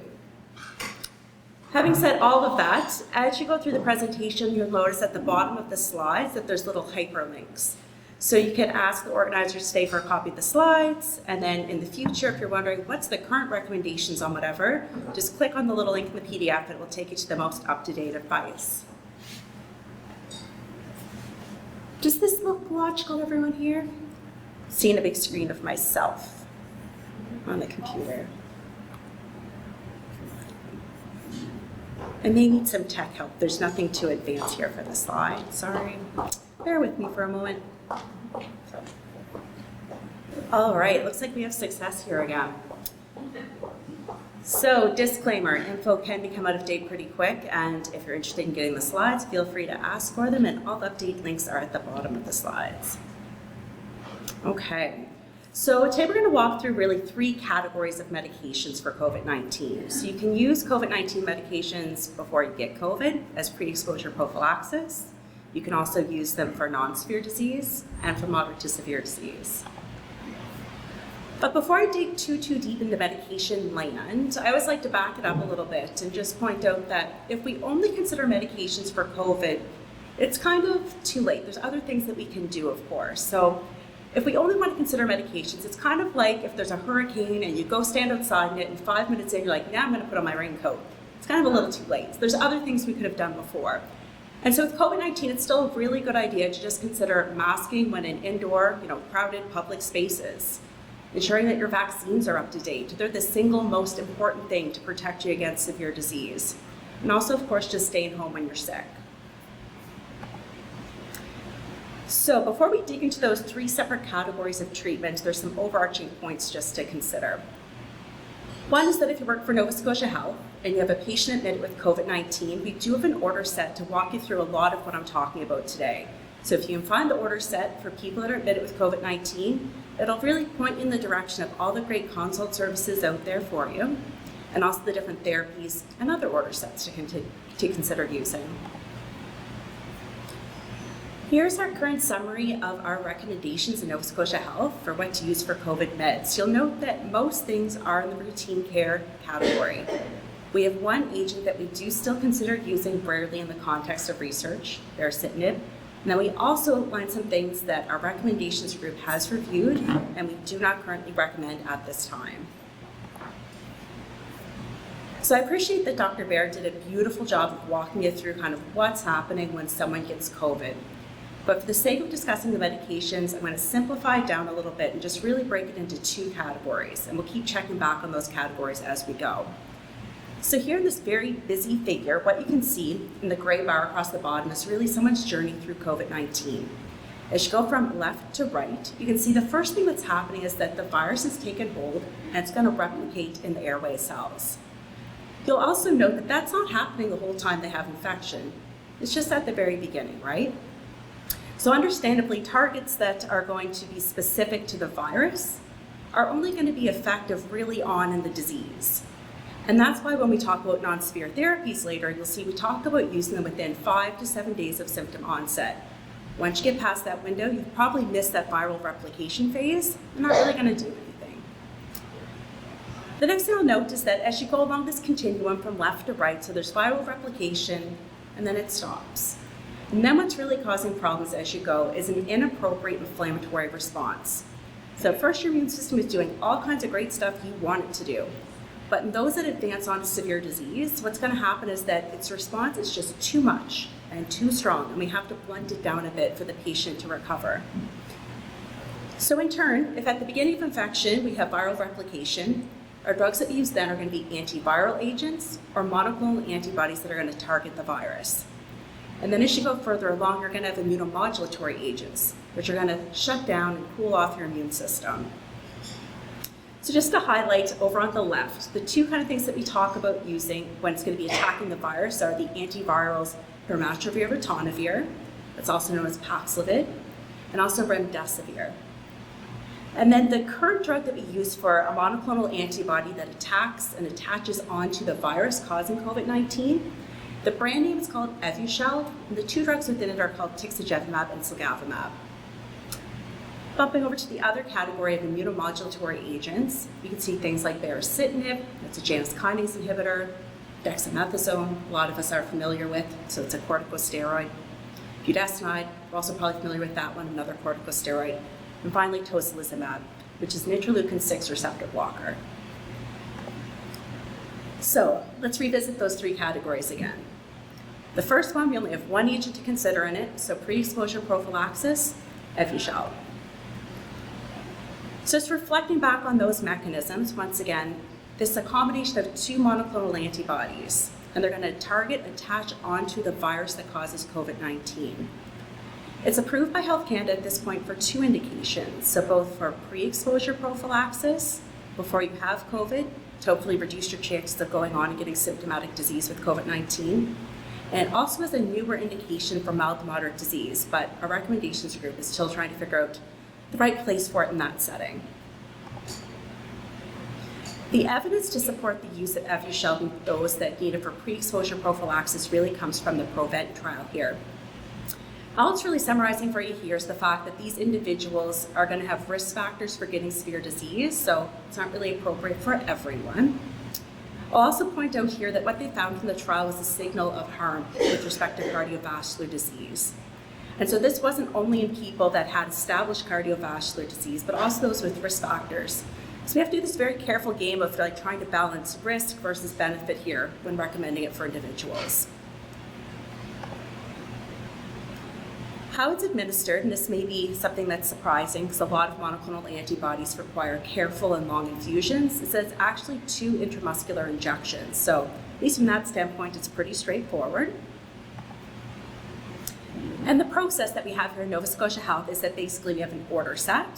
So it's going to be on the next slide. We ask that prescribers complete that, and any prescriber can complete it, so any primary care provider or specialist. What it then instructs them to do is to send that order set over to the non-severe therapy team at Nova Scotia Health. We then do our checks and balances and ensure that our assessment criteria are met and send them out supply that either they can administer or they can designate someone that they work with to administer it. So here's the order set that we're looking for. And then, goodness, that's scrambled. That's not what this is supposed to look like. So we're going to have to rely on my memory for this. So basically the assessment criteria are confirming that the individual does not currently have COVID-19. It's also confirming that they're more than 2 weeks out past their last COVID vaccine. It then goes on to try to figure out if they have any history of cardiovascular disease, because we know that there's a risk of those individuals having another event while on it. And then the final box that's very scrambled is basically confirming that they have more severe immunocompromise. So where this is an exogenous antibody we're giving them, we want to give it to folks that aren't already naturally forming their own antibodies in response to, say, having COVID-19 or being vaccinated. So that's the end of pre-exposure prophylaxis, and we're going to move into non-severe therapy now. I'm not sure why it's doing this, but anywho, another scrambled slide. There is a beautiful table on the COVID Hub. It's linked at the bottom of the PDFs.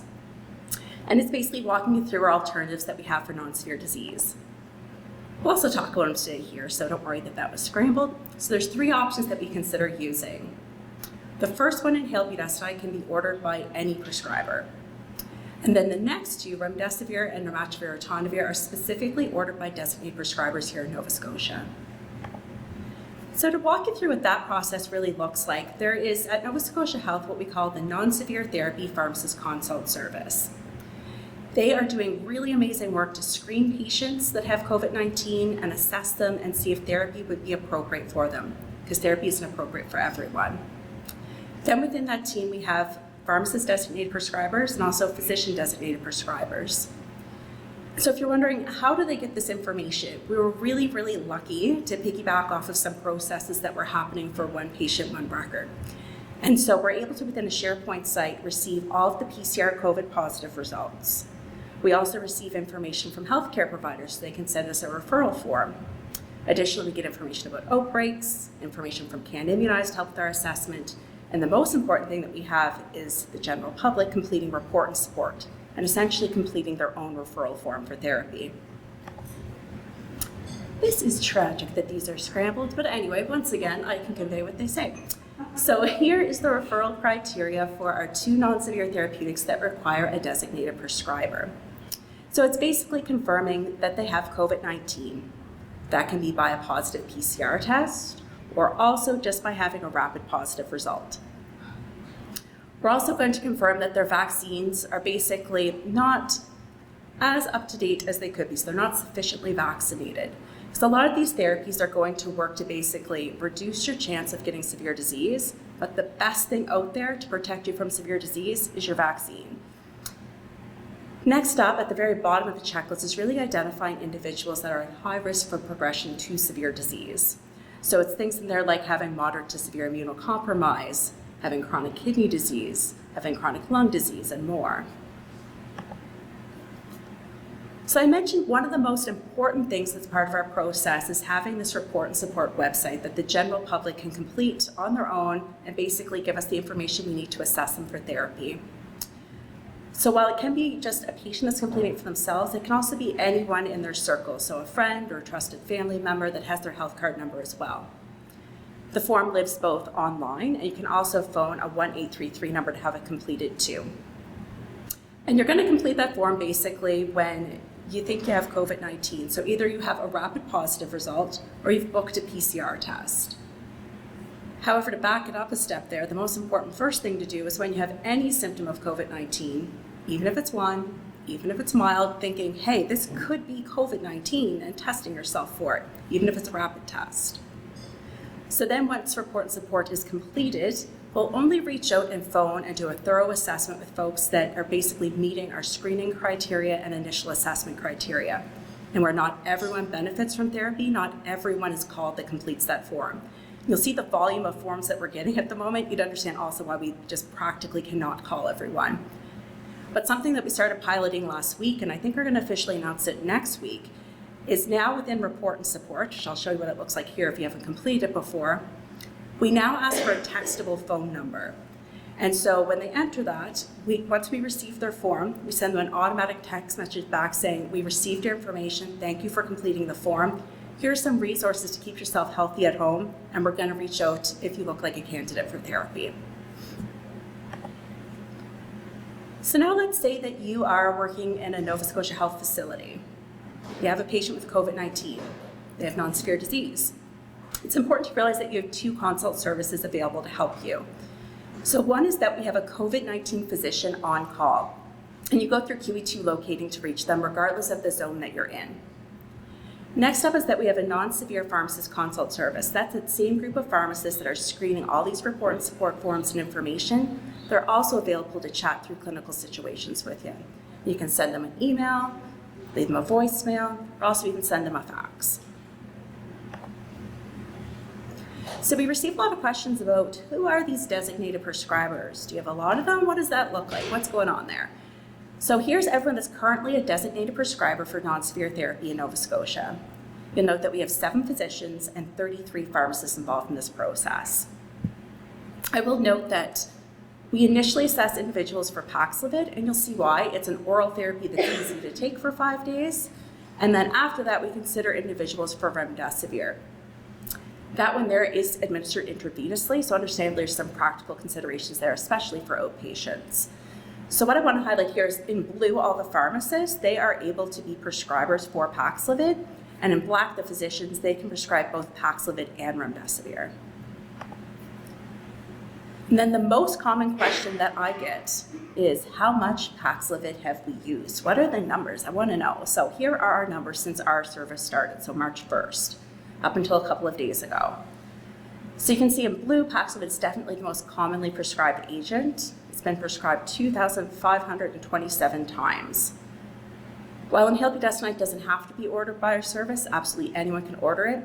If someone seems like they're a candidate for inhaled budesonide, we do also prescribe that for folks. So we've recorded it in our metrics here. So we prescribed that 1,467 times. You can also see 500 some odd remdesivir prescriptions and 198 sotrovimabs. Sotrovimab, just so you know, is a therapeutic we recently stopped using. It's also a monoclonal antibody that attacks the virus, but it looked like its ability to basically neutralize it went down as the variants continued to change, so it's not as effective anymore, we feel, and not part of routine care. So while that question is what I get the most is how much Paxlovid have you prescribed, I always like to back it up and give them some additional responses, because not everyone that we assess or screen is appropriate to receive these therapeutics. So we started really robustly capturing our initial steps before we prescribe at the end of July. So you can see from July 27th to November 24th, we screened almost 40,000 patients. We did our initial assessment on almost 5,000 patients. And we fully assessed, which is a 30 to 60 minute consultation and working a patient up, and that's not including any follow-up advice that we give, almost 4,000 patients. Of those, 1,654 were prescribed therapy. So the rest received care. We assessed them, of course, but therapy just wasn't appropriate for them at that time. It could be for many reasons. It could be that they're past the window when the therapy would be effective. It could be that there's a severe drug interaction or renal impairment, or that they can't swallow the Paxlovid tablets whole, and many, many other reasons. So I feel when we answer the question asked, like, how many prescription courses have you given out for Paxlovid, it really misses the full picture and the full scope of work that's being done.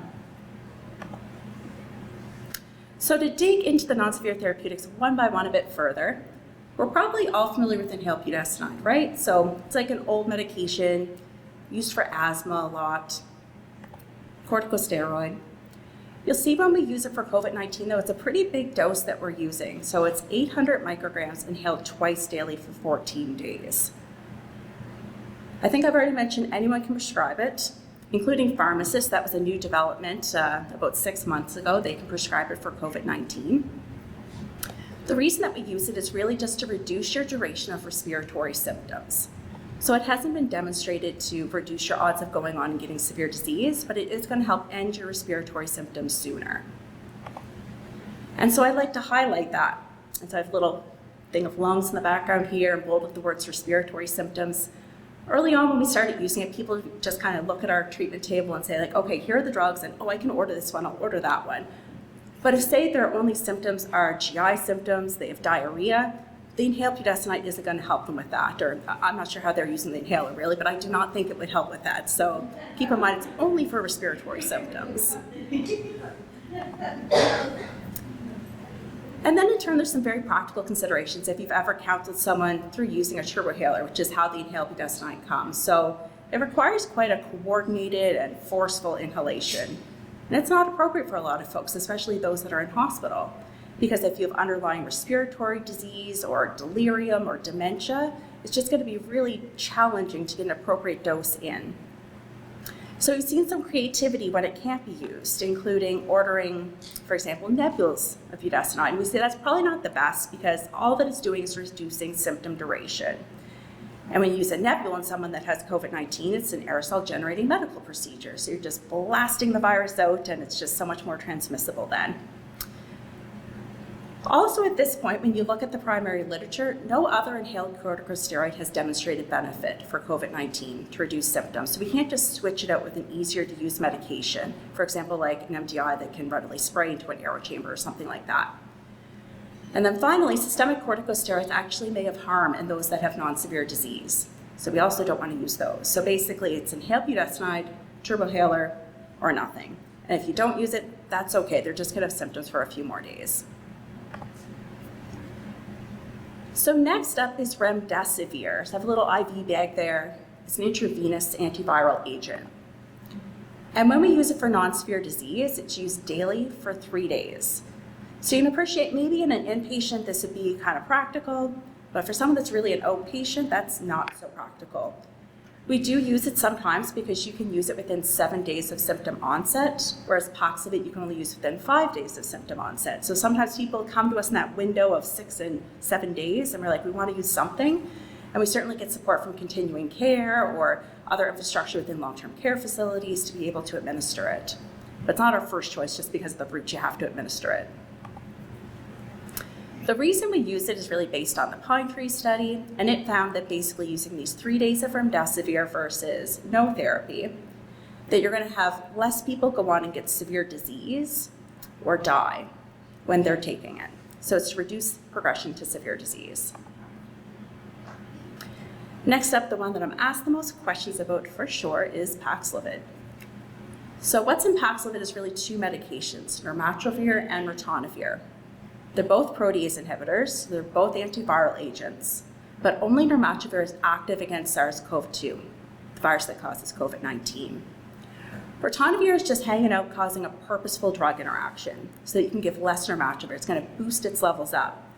But in turn, that creates a huge headache because it's going to interact with a whole bunch of other medications out there and make it really tricky to give to someone because you end up having to adjust several of the other things that they're taking. So this is just really summarizing some high-level details we'll go over on the next few slides, but as you're probably aware, it's been around for almost a year now. So the evidence that brought it to market, it was really pretty clear, is the EPIC-HR trial. So it really demonstrated benefit in those that were high risk. That's what the HR is, the risk factors for progression to severe disease. So the most common question we get is, why can't just everyone have Paxlovid? Like, what's the harm? Won't it do good? I don't understand. But the EPIC-SR trial, so the regular risk people without high risk factors, it didn't demonstrate benefit there. And in subsequent studies as well after this, we could see that, it's really those people that are 65 plus, have comorbidities, they're the ones that would benefit from it. And then I'm not sure if everyone's familiar with the distribution process for Paxlovid, but there are a lot of checks and balances in the system that we have to account for. So we receive it for free from the federal government, but that is distributed out through our hospital pharmacy distribution system. We have designated prescribers ordering it, and designated pharmacies actually giving it out. There's about 100 designated pharmacies that have it, and when you need it, you can get a loved one to pick it up that's not isolating, or there's also free delivery. Why it's important to keep it kind of within the system and we know what's going on with the designated prescribers is that the federal government then expects to receive information about who exactly has received it, and we're also doing day 6 and day 30 follow-up. So we need to have that information centrally so that our nurse evaluators can reach out to those individuals and see how they're doing at day 6 and day 30. This is really just describing all the drug interactions that can happen when you use Paxlovid because of ritonavir. And at Nova Scotia Health, we created a document to kind of walk through some of the more common drug interactions, and there are a lot of them.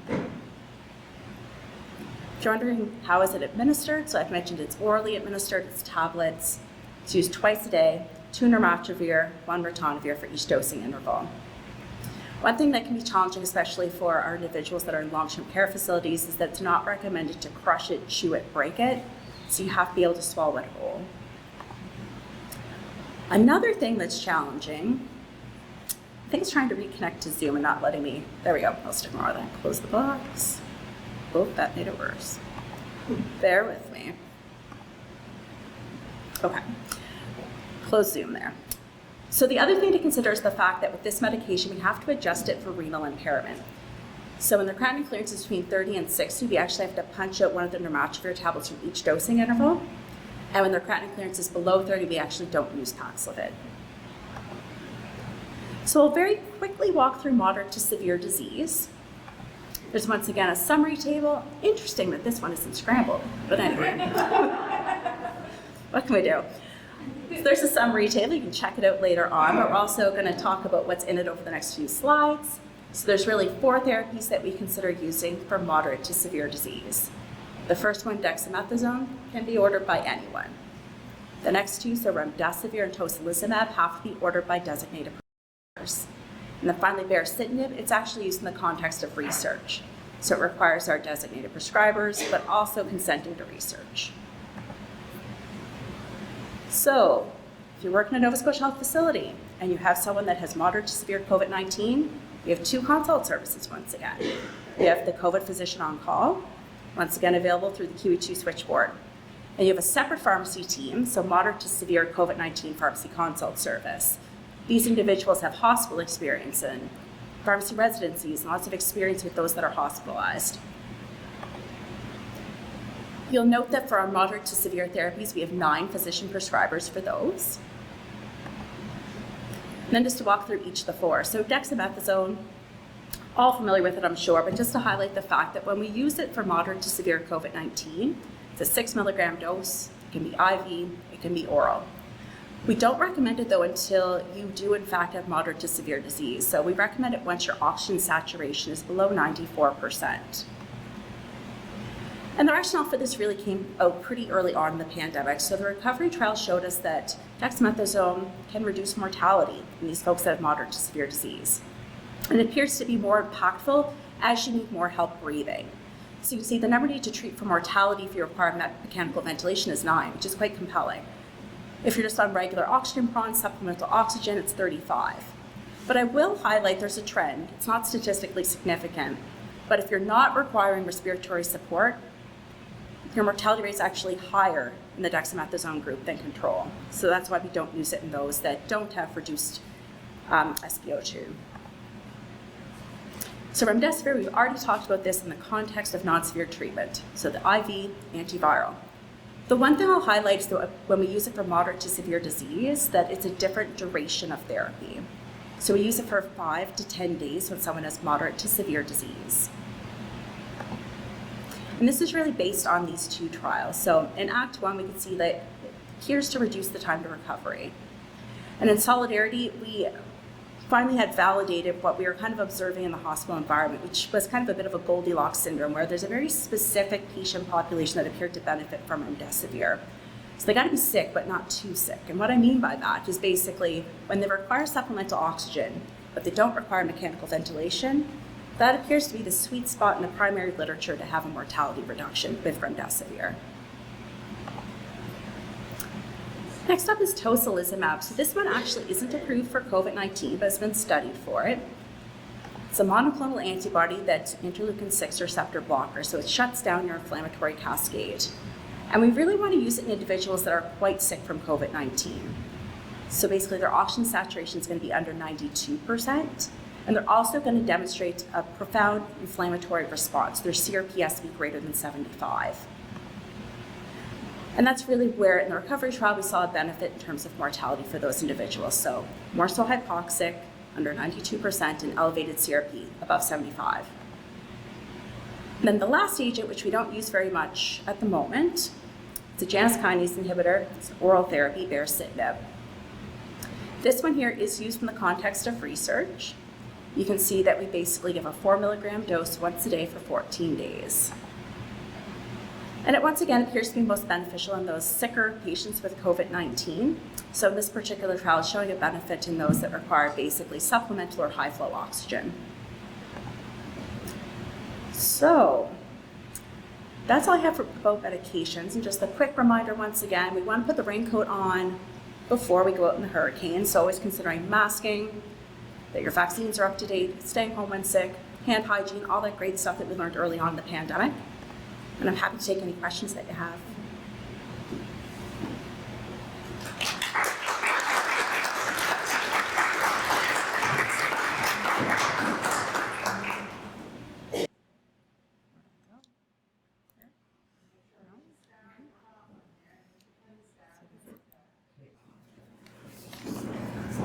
Thank you, Tasha. That was great.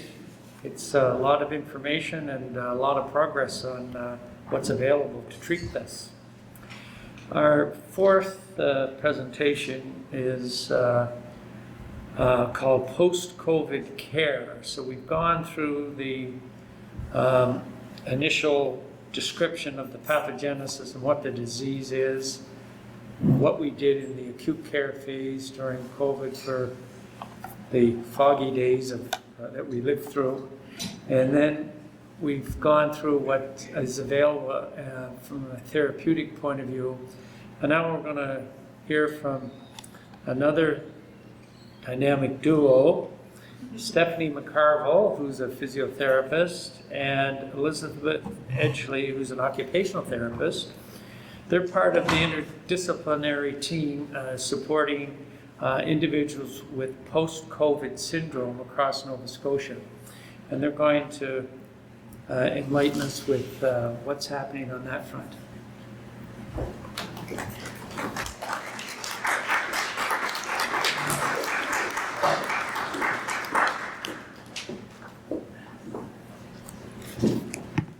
Good morning, everyone. I'm Stephanie. This is Liz. You'll hear from her in a few moments. So we're excited to be here this morning. Thank you for the invitation to be part of this series here this morning. I'll just get organized here. All right, so we're going to start with, just to give you a little overview of what we'll be covering here this morning. So of course we're going to first define what post-COVID syndrome is and a little bit about the clinical presentation. Liz is going to share some demographic and symptom prevalence specific to Nova Scotia, which is exciting that we have some of that data. And then we'll get into what treatment looks like for people who have these persistent symptoms. So what is post-COVID syndrome? So you'll see here on the slide, there's two definitions. One is from the World Health Organization, and one is from the National Institute for Health and Care Excellence, and they're pretty similar. So essentially, post-COVID syndrome, this is the definition that we use to guide our work. Essentially, it's the illness or the signs or symptoms that people have who have a probable or confirmed SARS-CoV-2 infection that lasts more than the 12 weeks and cannot be explained by an alternative diagnosis. And depending on the country, this definition does vary. So sometimes you'll see 4 weeks, but again, we do use the 12 weeks here in Nova Scotia. I think it's worthwhile just to touch on terminology. I'm saying post-COVID syndrome. That is what we have used here at Nova Scotia Health. But you may hear patients or media talk about long hauler or long COVID. Those terms are interchangeable. And in the research, you may see post-acute sequelae of COVID or PASC. But again, those terms are certainly interchangeable. So I'm just going to speak really briefly about prevalence because, as I said, Liz is going to give us some Nova Scotia specifics. But early on in the pandemic in 2022, the World Health Organization estimated that, a little more conservatively, that approximately 10 to 20% of people who are infected with COVID may go on to develop persistent symptoms. But what we're seeing with more current research is that number could be a little bit higher. It could be as high as 30%. And again, if you look at the research, there's really quite a large variance. That probably depends on how we're defining post-COVID. But we know, when we think about the total number of infections that we've had in Nova Scotia or worldwide, this represents a significant number of people. So thanks to Dr. Barrett's talk, we definitely can see that the virus in the acute phase has the potential to affect many body systems, and this is true in that post-COVID phase as well. So again, we know this is not solely a respiratory illness. We certainly see patients who have impacts to their cardiovascular system, their GI system. It can affect their mental health, coagulation disorders, and what this really tells us that people may go on to have long-term consequences of post-COVID, and of course that is going to put an extra burden on our healthcare system. So in terms of the presentation, this very busy slide here describes some of the common post-COVID symptoms. So you can read through them, but just to pull out a few of the more prevalent ones that we see, things like fatigue, brain fog, shortness of breath, headaches. The Public Health Agency of Canada actually released a review of the current international evidence that said there could be up to 100 symptoms that patients report after having COVID. So you can imagine this is really challenging. If you're a healthcare provider and you have a patient presenting with multiple symptoms, to sort of figure out where are these symptoms coming from. Is this related to COVID? Is this related to something else? So in terms of the presentation, it can vary significantly between individuals, both in the number and severity of symptoms that patients report, as well in which body system is most primarily affected. So there is some interesting research starting to emerge around phenotyping specific symptom clusters, and that could help predict outcomes. So an example of a phenotype would be more of like a post-ICU syndrome. So that might be characterized by significant deconditioning and weakness, which we would see of anyone who was admitted to an ICU. And maybe those patients may respond more appropriately to a traditional rehab route. In contrast to that, we see patients that have profound fatigue, something called post-exertional malaise, brain fog, that is a little more consistent with chronic fatigue syndrome. So I think as more research comes out and we understand these phenotypes, this is going to help us guide the best care for our patients depending on what their phenotype looks like. Okay, so to touch briefly on diagnosing post-COVID syndrome, certainly this can be challenging at times due to the large number of symptoms often associated with post-COVID, but essentially post-COVID is a diagnosis of exclusion. So it's ruling out that there are no other more acute causes of symptoms reported, and then landing with a post-COVID diagnosis. This can be more straightforward if patients present with more typical symptoms with a positive PCR or even rapid test, with symptoms continuing from that initial infection. However, this can sometimes be a little bit more challenging to diagnose if individuals were initially asymptomatic or maybe had a very mild infection and maybe did not have a test. So certainly saw this commonly at the very beginning of the COVID-19 response when testing wasn't widely available, as well as more recently where PCR testing isn't something that patients are consistently seeking out when having a COVID-19 illness. Initially, especially in that first 3-month window after COVID-19, there's a big importance there of ruling out any acute red flags, so cardiac, pulmonary, renal, other causes of symptoms that may be contributing to the symptom presentation, including looking at any pre-existing chronic conditions or new diagnosis. So there's a real importance here of patients connecting with their medical provider for thorough assessment. Again, Dr. Barrett talked very in-depth around the pathophysiology, and to speak very briefly around how that applies to the post-COVID presentation. Unfortunately, the answer here is that we don't know a lot of what is causing post-COVID syndrome. Research is still ongoing, but there are a number of mechanisms that are being looked into. As Stephanie mentioned, effects of hospitalization can certainly be contributors to developing long-term symptoms with that post-intensive care syndrome, as well as tissue and organ damage that may be related to infection. But what we're really seeing is that for the majority of our post-COVID patients, these things may not be true. So we're looking at more of the rest of the list here for autoimmune, chronic inflammation, and changes in central sensitization or the nervous system, as well as oxygen delivery, likely being the cause of long-term persistent symptoms. When looking at individuals who tend to be higher risk for post-COVID syndrome, some research is showing that hospitalization, multiple symptoms at time of infection, individuals between the ages of 35 to 69, being female, having pre-existing health conditions and a higher body mass index do put people at a higher risk of developing post-COVID syndrome.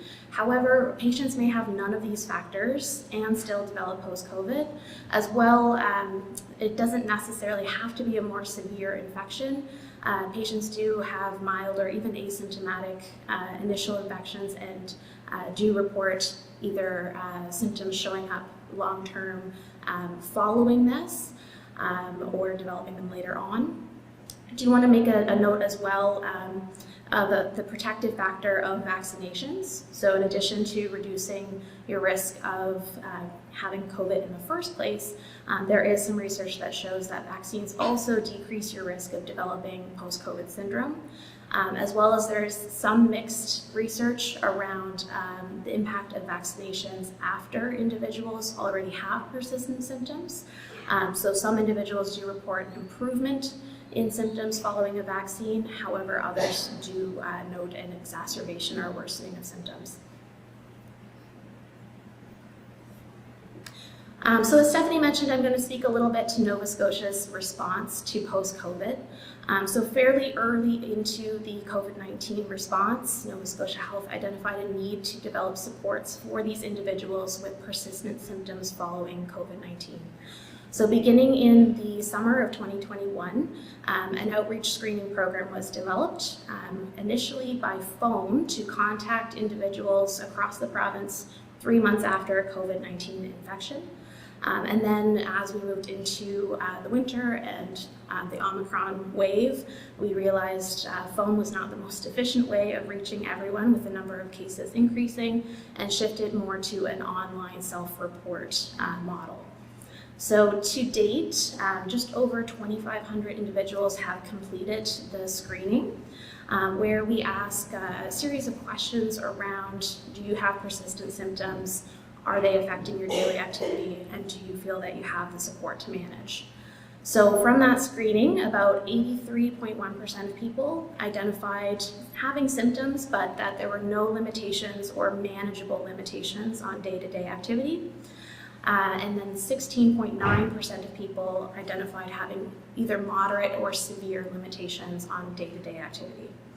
So our response focused mostly on following up with those individuals who had moderate or severe limitations, and they received a follow-up call from a post-COVID navigator. In navigation, they asked more in-depth questions around symptoms and impact on day-to-day activity. So the next several slides show some bar graphs with data that was up to date as of, I believe, the end of October. So these are a list of the number of symptoms that we screen for in navigation. And you can see from the slides here, hopefully the font is big enough, that shortness of breath, trouble concentrating or remembering, extreme fatigue, muscle or joint pain, and anxiety were those symptoms that had the most severe impact on daily function. So from those individual symptoms, 97.5% of people asked reported that shortness of breath was worse since their COVID infection, with mostly a moderate impact on activity. Joint pain, 99.9% of individuals identified that that was worse since their COVID-19 infection, again with mostly a moderate impact. Memory and concentration, between 97 and 98% or so, again mostly with a moderate impact on daily function. Don't see this often, but 100% of people reported that fatigue was worse after their COVID-19 infection, and again with a moderate impact, and anxiety up there as well with 98.5% reporting that it was worse, again with a moderate impact.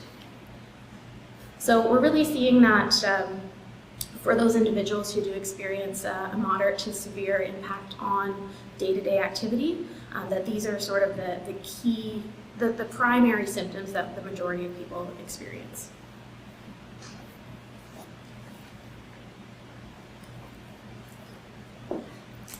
All right, so I'm going to start talking a little bit about what the recommendations for treatment are. So as you can see, post-COVID syndrome really results in a pretty wide range of symptoms. So it's probably not surprising that the evidence shows a multidisciplinary approach is best care. And according to the guidelines from the National Institute for Health and Care Excellence, it does recommend that we take a holistic and patient-centered approach to care. This does involve discussing how these symptoms impact daily life and, of course, their quality of life, and that it should include both a physical and psychological assessment and access to service. So this diagram, not sure if you can see it clearly, it's from a study done out of the UK that looked at a 7-week multidisciplinary virtual rehab program, so specifically for patients with COVID. It focused on self-management, which again is best practice for most chronic disease conditions, including long COVID. And it looked at teaching people those skills and strategies to help optimize their sleep, their stress management, their breathing, their diet, energy conservation, and activity. And so from that study, it showed that 54% of participants had an improved health state. So, half, that's pretty good, right? And gives us some hope that some rehabilitation will help improve the impact that these symptoms are having on individuals living with persistent symptoms. Interestingly, only about 3% return to full health, kind of their baseline level of function before their infection, which obviously gives us some insight that this could be more chronic in nature, and I don't think we have enough information about that. So I'm going to spend a little bit of time talking about some of those more specific and common symptoms, just to give you a little bit of an idea of what the treatment would consist of. So I'm going to start with shortness of breath and exercise intolerance. As a physiotherapist, this is often what I see patients for. So we do know that shortness of breath is very prevalent, especially with exertion. Some folks have it at rest, but it's when people try to go back to the way their life used to be. They try to go for a walk, they try to do their laundry, and they have that early onset shortness of breath. And a study showed that close to 90% of post-COVID participants have some type of dysfunctional breathing pattern with exercise. That is almost often also associated with a post-exertional malaise. So someone does an activity, they seemingly tolerate it, but then the next day or 24 to 72 hours later, they have an exacerbation of their symptoms. And sometimes we call this a crash. So they get into this push-crash cycle. They try to do something and then they kind of crash. And as you can imagine, it's very frustrating and somewhat counterintuitive to recovery. So in terms of interventions, an absolute starting point would be helping patients establish their baseline. And what I mean by that is the amount of activity that they can tolerate in a day, and not even structured exercise, just their day-to-day function, whether that's preparing a meal or doing their activities of daily living or going to work without exacerbating their symptoms. Especially because there's such a high incidence of breathing dysfunction, breath retraining is very important. So teaching people about awareness of how they're breathing, doing controlled breathing exercises, and that often goes along with posture. And of course, it does include more of an exercise rehab protocol. That needs to be done in a very gradual way. And I can't emphasize this enough, that these patients really don't tolerate that traditional rehab approach. In terms of progressing exercise, it needs to be started at a very low intensity and progressed in very small titrations over many weeks to months. Sometimes that includes modification of that activity, especially if they have orthostatic intolerances. So that might mean doing something in a recumbent or supine position. And of course, that's always done monitoring their vitals, including their heart rate and oxygen saturation. Another main concern for these patients that are experiencing long COVID is their psychological health. So it's commonly reported that people who have these post-COVID symptoms have a significant impact on their mental health, and that might include anxiety, depression, or PTSD, especially for those patients that may have had a really traumatic acute phase, maybe requiring ICU admission with intubation. We often hear from patients that it can lead to something called a forced identity transition. And what I mean is that patients describe that they don't feel like themselves anymore. They don't feel like the same person. Maybe they had a loss of important roles in their life, whether that's their occupation or their role as a parent or caregiver, changes in their relationships with their partner, their employer, their friends, and of course that increases their emotional distress. So certainly for these patients, we recommend accessing mental health supports. And there's many different approaches that can be effective, but some of the ones that we have found effective include acceptance and commitment therapy, mindfulness, self-compassion, and regulation of the autonomic nervous system, specifically around emotional regulation. All right, the next symptom that we'll talk about in depth a little bit more for recommendations for treatment is fatigue management and activity pacing. So as an occupational therapist with the program, this is a lot of what I do on a daily basis with patients. Stephanie spoke a little bit to the physical activity intolerance, but when we talk about fatigue as a whole, it can be related to physical, but also mental, emotional, social, and sensory energy demands. And this can range from very mild disruptions to quite severe fatigue. And with the fatigue response that we're seeing, it is very similar to the ME, CFS, or chronic fatigue syndrome, and a lot of the guidelines and research around management of post-COVID fatigue does come from that body of research as well and understanding. So when looking at fatigue management, in intervention considerations, things that we would look at for self-management support, typically would start out with energy conservation strategies. So trying to find ways to make activities less energy intensive. So this may include things like equipment recommendations, but any way that we can modify activities to decrease the energy demand. And as Stephanie alluded to as well, starting with a good understanding of where your limits are is really important as we start to introduce pacing. So activity tracking or symptom tracking can be a really good starting point for patients to better understand where their energy is going and being able to identify where their individual limits are and possibly some triggers that may increase symptoms. Next, we would dig very deeply into pacing, planning, prioritizing, and even positioning, again, to help better manage or use energy more efficiently. And with this approach, we would really be focusing on building consistency in their day-to-day activities.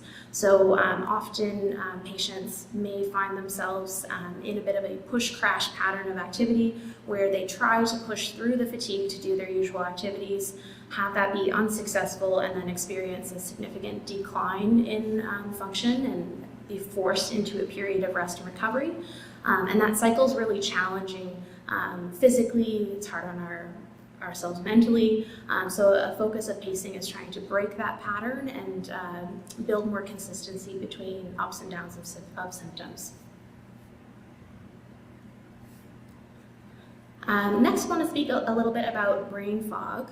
And brain fog itself is sort of an umbrella term that is used, and patients connect to this quite closely with the impact on cognitive symptoms or cognition. So we know that COVID-19 affects the central nervous system in the brain, both directly and indirectly. And this is another area that we see the majority of post-COVID patients experience some difficulties. This can also be related to changes in fatigue and emotional distress as well. Some of the most common presentations with brain fog that we tend to see with post-COVID includes cognitive fluency, so slowed mental speed, needing more time to complete mental tasks, endurance not being quite what it was, as well as difficulty with word finding. Attention is another big area affected, especially sustained attention, so being able to stay on task for longer periods of time, being more easily distracted, having a hard time switching between different types of tasks. And this would also affect working memory. With learning and memory, we do also see some deficits, both on the encoding as well as the recall and retention side. And then finally with executive functioning, so those kind of higher order cognitive tasks like organization, planning, problem solving, and decision making. So when dealing with brain fog, things that we would keep in mind for treatment, primarily first and foremost would be cognitive screening where indicated. There is some research showing that there is a higher rate of new onset dementia. I think in this particular study I'm referring to looked at pneumonia patients. So pneumonia from COVID-19 versus other forms of pneumonia. And there is a 1.5% higher rate of new onset dementia. So just making sure that we're screening that there aren't other diagnoses that we want to be keeping in mind and other causes of symptoms. Also looking at managing brain fog, we would support lifestyle factors. So again, back to behavior change. So optimizing things like sleep, diet, nutrition, stress management. Also looking at the pacing, planning, and prioritizing again, especially in terms to mental activity. Compensatory strategies, so things like reminders, lists, things that they can do on a daily basis to help make up for some of those cognitive difficulties, and just making sure that individuals are still participating in occupations with appropriate level of cognitive challenge. So a few notes on challenges in rehabilitation with post-COVID. As Stephanie mentioned, we do want to make sure that we're avoiding symptom exacerbation, and that if we do too much too fast, there's often deterioration following traditional approaches to rehab. So we do want to avoid strenuous physical testing in individuals with post-exertional malaise and balance the amount of progression so that we're not going too much too fast. There is also the factor of facilitating expectations. So recovery is different for everyone, and the timeline associated with that is different for everyone. And in some cases, we may not be focusing on a full recovery to pre-illness level of function, but focus on optimizing their function with where they're at now versus curing the condition. That certainly involves a level of acceptance and readiness for behavior change on the patient's side, so supporting that and increasing the readiness for change. And then another big area that we see with this patient population is just perceived lack of support and understanding, both from healthcare providers. It's a relatively new area that there's not a whole lot of research on just yet, but also from personal relationships. So we hear a lot that, my family doesn't understand what I'm going through, my employer doesn't understand, and again, that can lead to a lot of feelings of discouragement and frustration.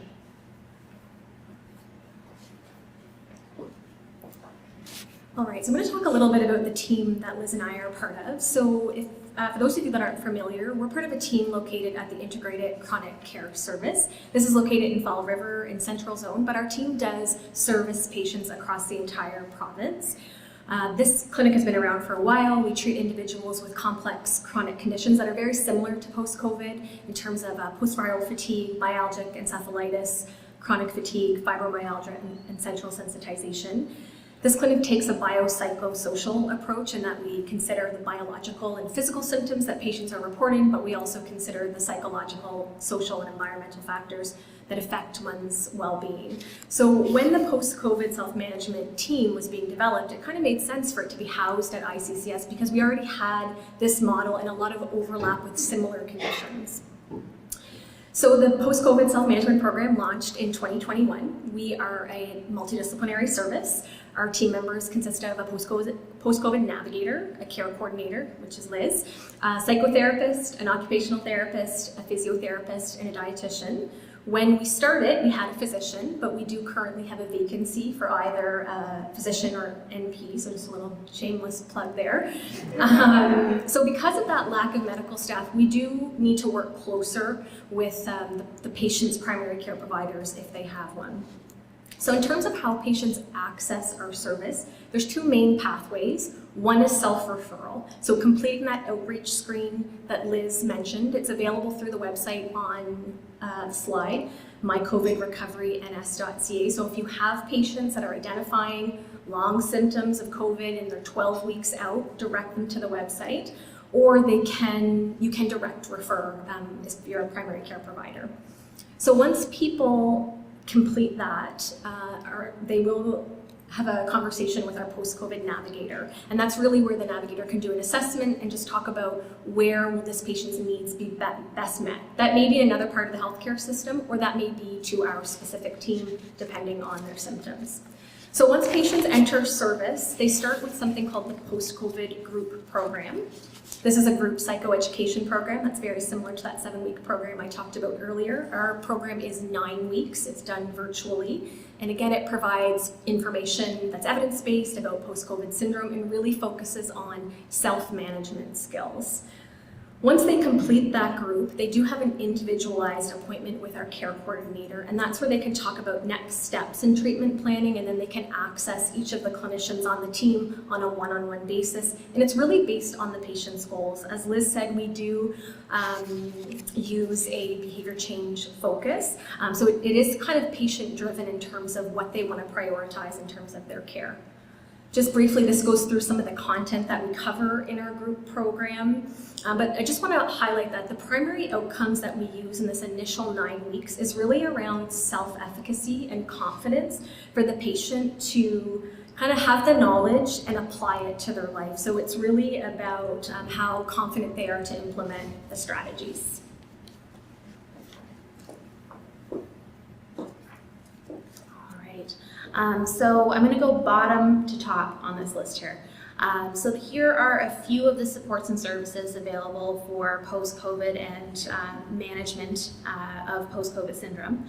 As Stephanie mentioned, there is the specialty service for our team at ICCS, which is accessible through the Post-COVID Navigator or direct referral. There's also existing services, and these may be some of those other areas that the Navigator refers patients to, especially if their concerns are maybe individual to a specific symptom or concern. So for example, if pain is their primary concern, the pain self-management program may be a relevant resource available. Primary care providers, definitely a great resource. HealthyNS.ca for more information on wellness programs and supports. And then finally, the My COVID Recovery NS.ca website.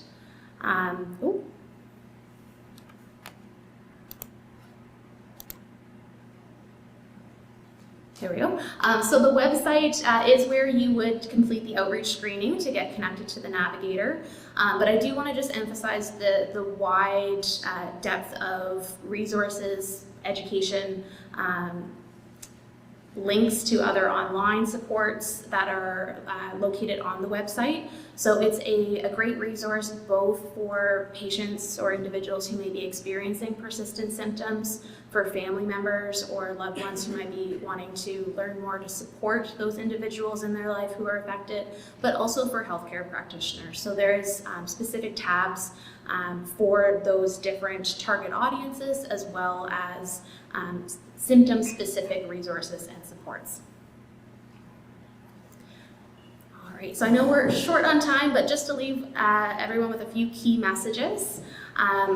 I'll highlight just a few of them here. First off is post-COVID syndrome is real and it's quite common. So if we think about, even with the conservative estimate there of about 10% of people experiencing post-COVID syndrome, 10% of people who have COVID, if we think about the numbers, that's a large quantity of the population. Validation is a great starting point. So just the importance of hearing the patient's story, validating their experience and their concerns, as well as the validation that individuals can receive through various peer support programs. And I won't go through all of them in depth here, but just want to leave with encouraging a self-management approach with interdisciplinary support. And again, the website is available for some of those resources. Thank you.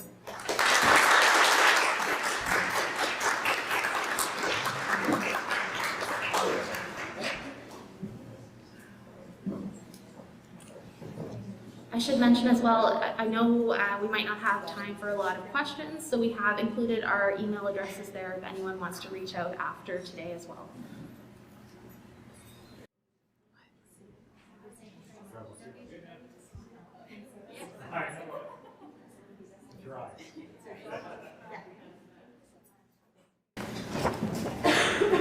And this is our final presentation by somebody that really needs no introduction. He's going to talk about moving forward with COVID in Nova Scotia. It's Dr. Robert Strang. Dr. Strang is the Chief Medical Officer of Health in Nova Scotia and has been since 2007. Graduated from medical school at the University of British Columbia, did residencies in family practice and community medicine at UBC. Between 1997 and 1999, he worked in British Columbia's Associate Medical Officer of Health in the South Fraser Health Region. Luckily for us, he moved to Nova Scotia, became Medical Officer of Health at Capital District Health Authority. Dr. Strang is passionate about public health. Dr. Strang has adjunct appointments at Dalhousie University in the Department of Community Health and Epidemiology. I ask you to welcome him warmly.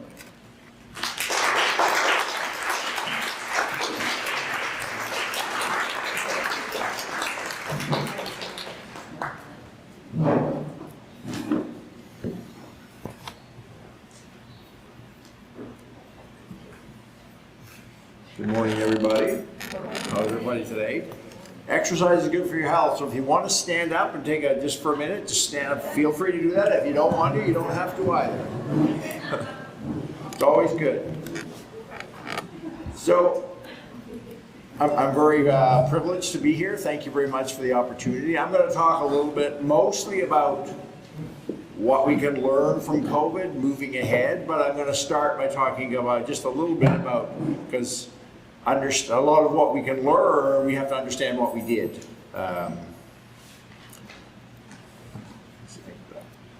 So I'm going to show you two slides. The first slide shows you, and Canada's in the orange, Nova Scotia's the blue, and Atlantic Canada without Nova Scotia, so New Brunswick, PEI, Newfoundland are in the green.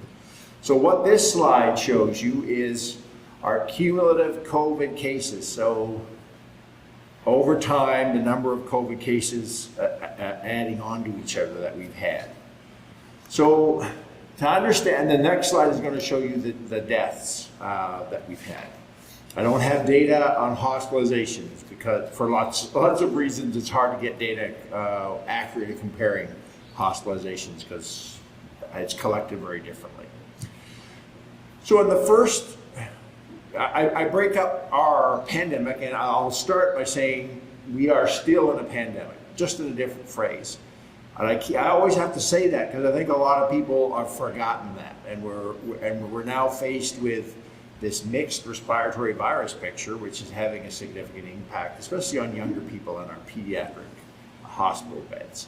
But we are still in a pandemic. So, but if I mentally I break it up. So the first year of the pandemic, 2020 roughly, I call that the year of the unknown, where we had this new virus or a new type of SARS-CoV-2 is a technical name, COVID-19.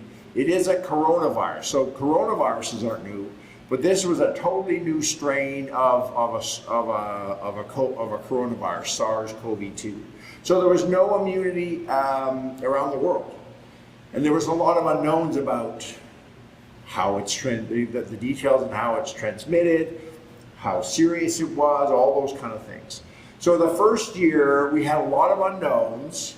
So our response was very much based on we have to act really strongly, almost from a fear base, because what we saw in China and then in Italy and stuff was actually very scary. And so our initial response in Nova Scotia was our goal was to, we weren't naive. Ultimately we knew we were going to get the virus here. But our goal was to slow down the introduction, and when it got here was to minimize the spread of the virus in the first year. And that's why we had very strong measures.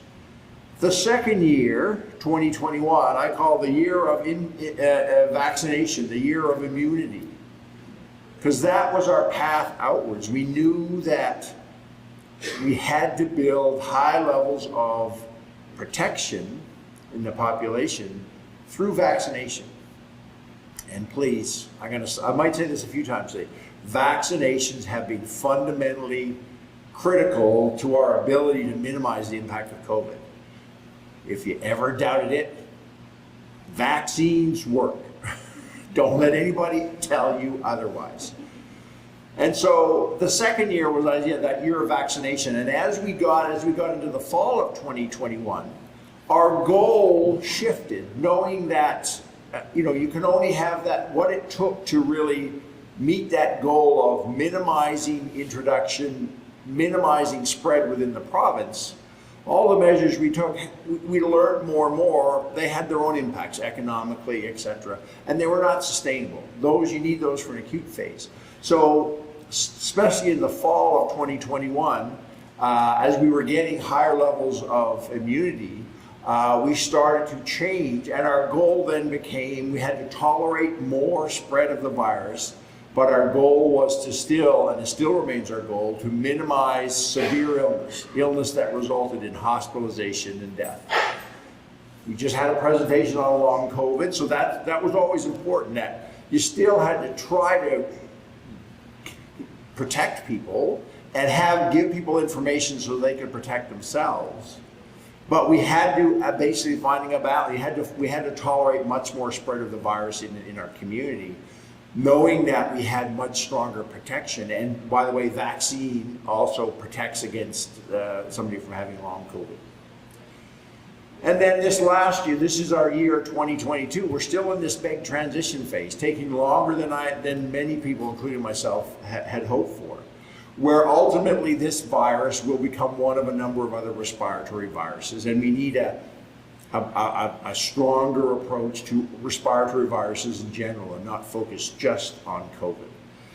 But that's a bit of background. So that's why we have done, and I believe, and people are researching this. First of all, there's been stuff done this. In Canada had one of the, when you look at various metrics like number of cases, hospitalizations, deaths, and people have looked at similar countries. Canada has one of the best, has had one of the best COVID responses in the world.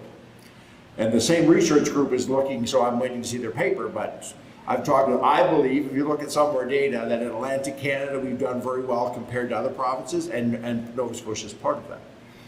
But so we had very low case counts, basically until January of this year. And the reason, there's a few things we saw that spike. Omicron hit, and Omicron was a game changer because it was so infectious.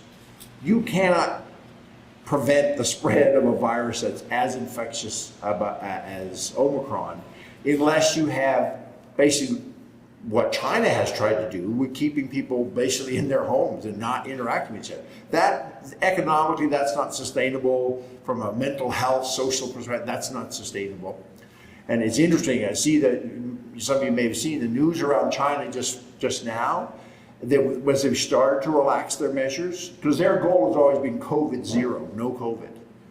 And that was our goal, or to get as close to zero as possible in the first year, but we realized that's not a sustainable long-term strategy in our society. But even in China, as they started to relax, they've started to have outbreaks of COVID again. So the point is that you have to accept some spread of the virus and use your tools like vaccine and other things to minimize the amount of severe disease.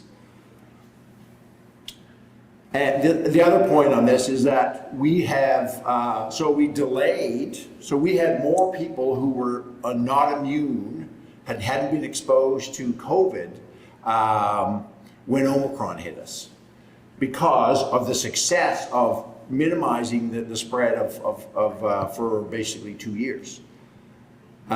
We also knew that, unfortunately, Omicron was highly infectious, but also the vaccines weren't great against protecting transmission of the virus. They still remain highly effective against preventing severe disease, even with the Omicron strain. So we had more people in Nova Scotia and Atlantic Canada susceptible to this virus when this highly infectious virus, which the vaccines weren't great at preventing just basic transmission against, hit us. So we had lots of people certainly the spring of 2022 became ill. The other point is we have led the country and continue to do far more PCR testing than other provinces. So part of this is all based on PCR testing. It doesn't account for the different testing strategies. So part of why we spiked so much was because we were testing a lot more people. So that's also a piece. But we certainly had lots, I don't mean to diminish, we had lots and lots of virus around. But our goal then was really minimize the amount of serious illness. So essentially we delayed almost the inevitable widespread of a virus until we had high levels of immunity from vaccination. And so the ultimate outcome is death, and this shows. So look at the difference in our cumulative number of deaths. We still have had significant numbers, but way, way less the cumulative deaths compared to all of Canada, and a little less than the rest of the Atlantic provinces.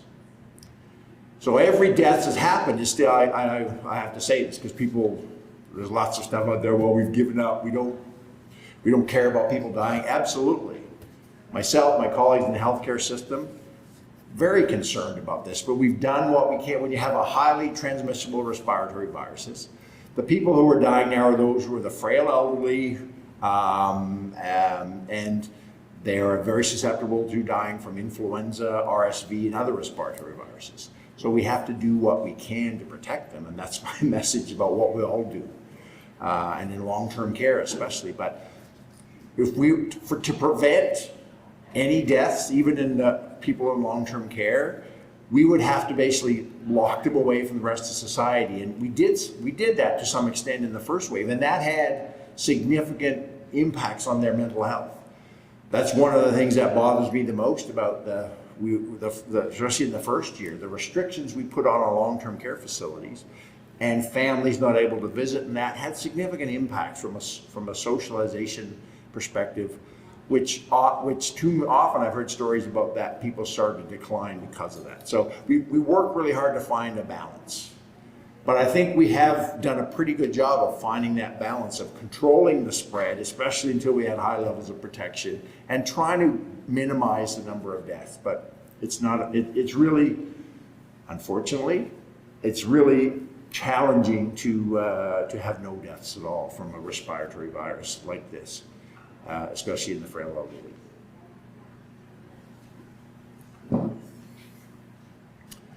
So what were some of the factors that are associated with this? Well, first of all, we do have some geographic and demographic advantages. We're away from a little bit off the beaten path. So a virus like this, it was occurring, and certainly like in influenza, typically moves west to east. This virus started to occur in our very large urban centers, which is not. And that's what happened around the world, which if you think about it, makes complete sense.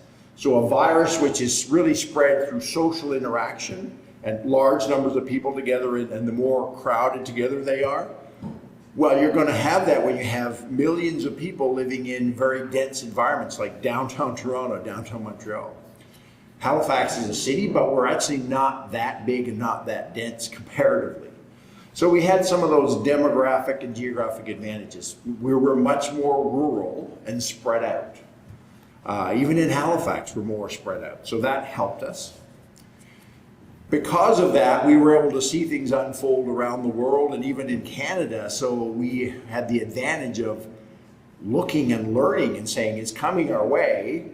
And then one of the first decisions, and I have to give former Premier McNeil the credit for this, he said, we're shutting the border down, despite all the implications and all that kind of stuff. And because that was our first step to slow down, minimize the introduction and slow down the introduction here. And then we used all the other restrictions that even knowing it was ultimately going to come here to slow down the spread in Nova Scotia.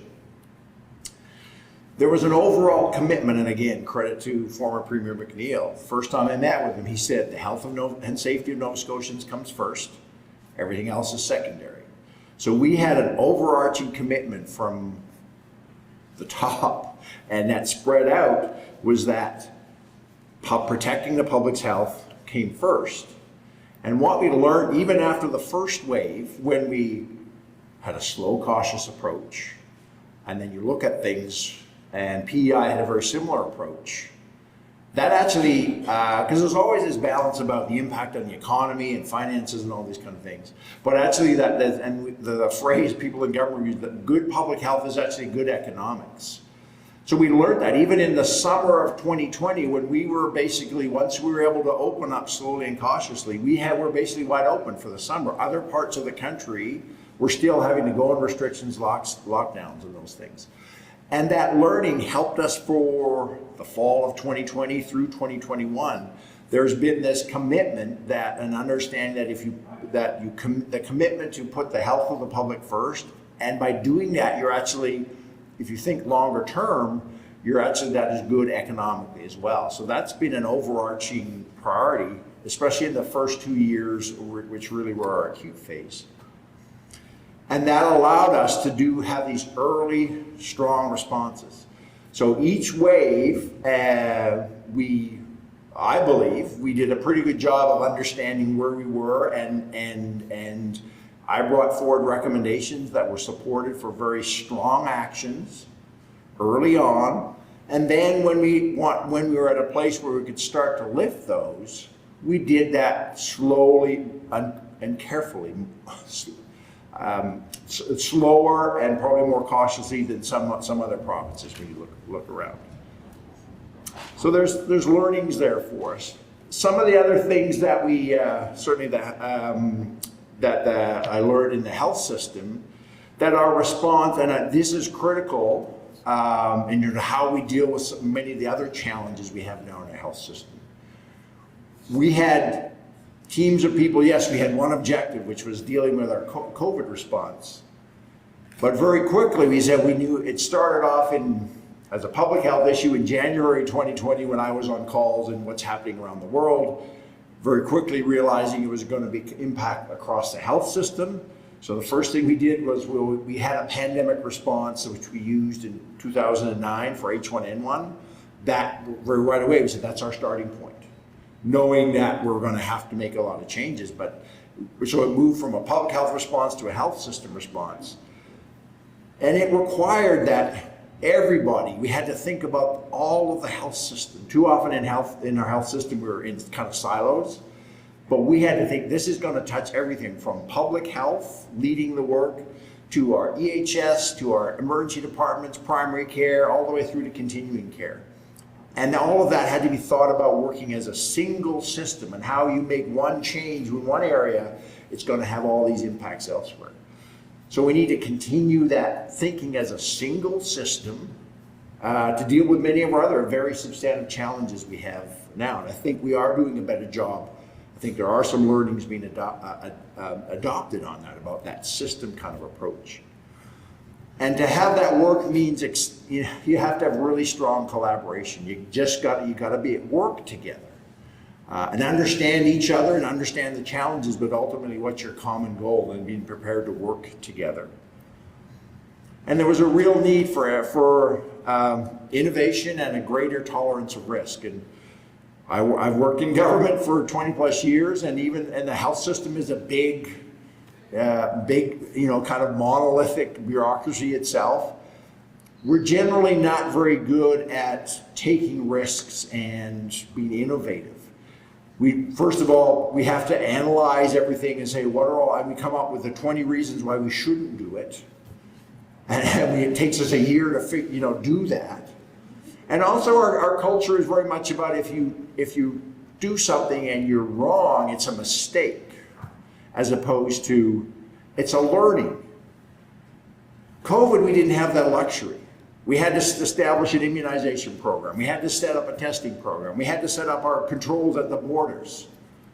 So we had teams of people, and basically we said, go away, figure it out quickly, how you're going to do this, come back. We made decisions, and we learned on the fly. We knew it wasn't perfect. We knew mistakes were going to be made, and two things. We said it's okay if you make mistakes. Nobody's expecting perfection here. No, we had a lot of things were very much unknown, so we had to try some things based on our experience, our knowledge, and just trying what we think is going to work. And accept that every time it doesn't work as well as we thought, or maybe didn't work at all. That's okay. We learn from that. Try something else. Adapt it. As well as people didn't have to fear that they're somehow going to be held accountable when things didn't go wrong. And so there's really learnings there, I think, in our healthcare about we have to just try some things. We have real issues around primary care, emergency departments. Let's try some things, monitor them, evaluate them, learn from them. But part of it is making sure that as we work as leaders, we have to instill this culture that it's okay to try something new. It's okay to take a risk. It's okay to think innovatively and creatively. And you're not going to get penalized if it doesn't go well, or if it doesn't go as well as we thought it should. That's okay. That just gives us an opportunity to learn. The other critical factor I think we built on was around some of those messaging around, and again, I give former Premier the credit. Right away, he was the one that said, no, it's the Premier and the Chief Medical Officer of Health are going to sit together and talk to Nova Scotians consistently. And I think by doing that, we were able to build a trust, and we were honest. We told people what we knew, what we didn't know, and what we needed from them. That consistent message. And I think through that, we actually built a trusting relationship with Nova Scotians. And I very deliberately focused on how do we care. This is a situation where we need to care for each other.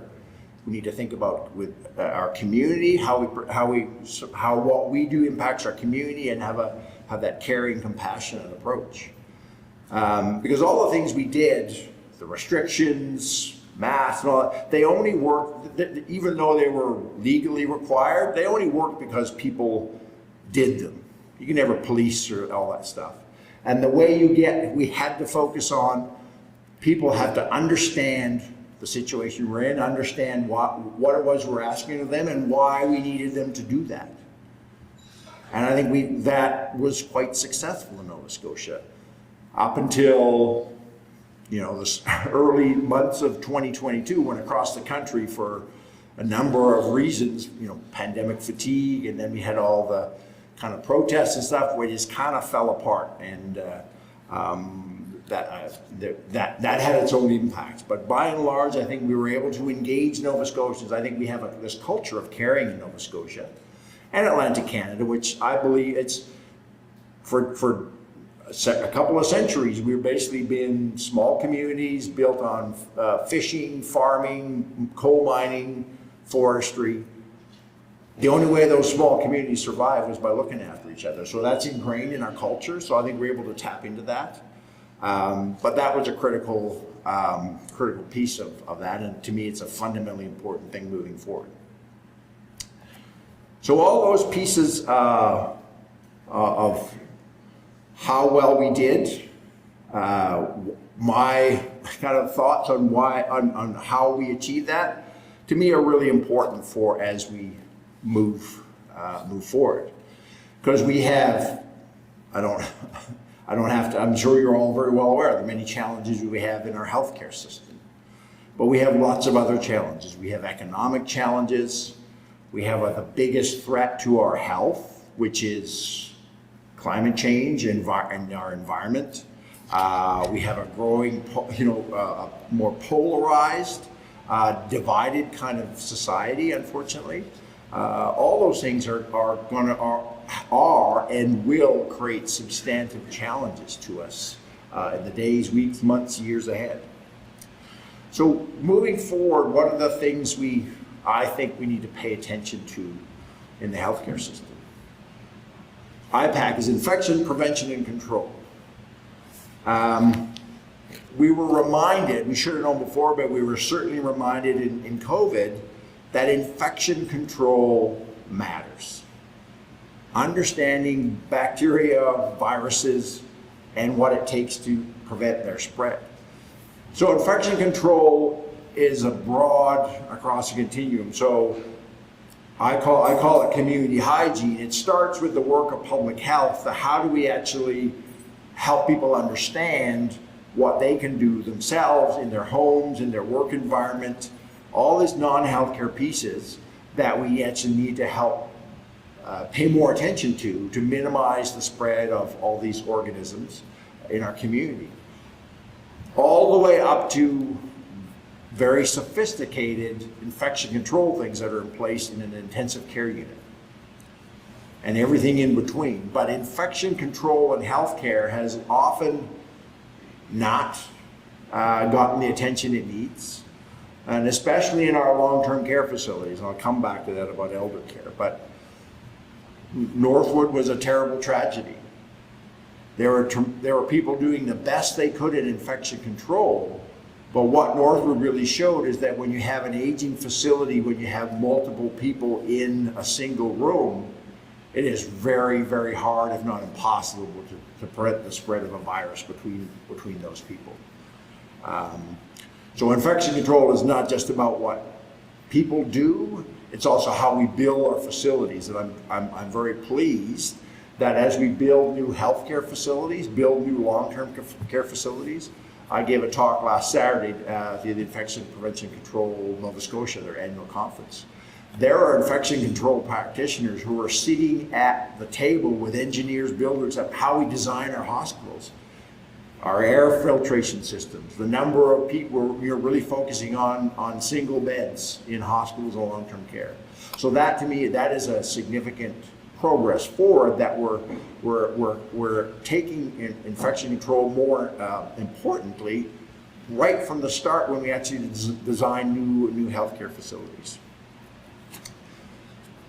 But we also have to balance that, as I said earlier, that the impacts upon seniors, especially seniors in long-term care, as well as many seniors who really became isolated in their homes, was substantive.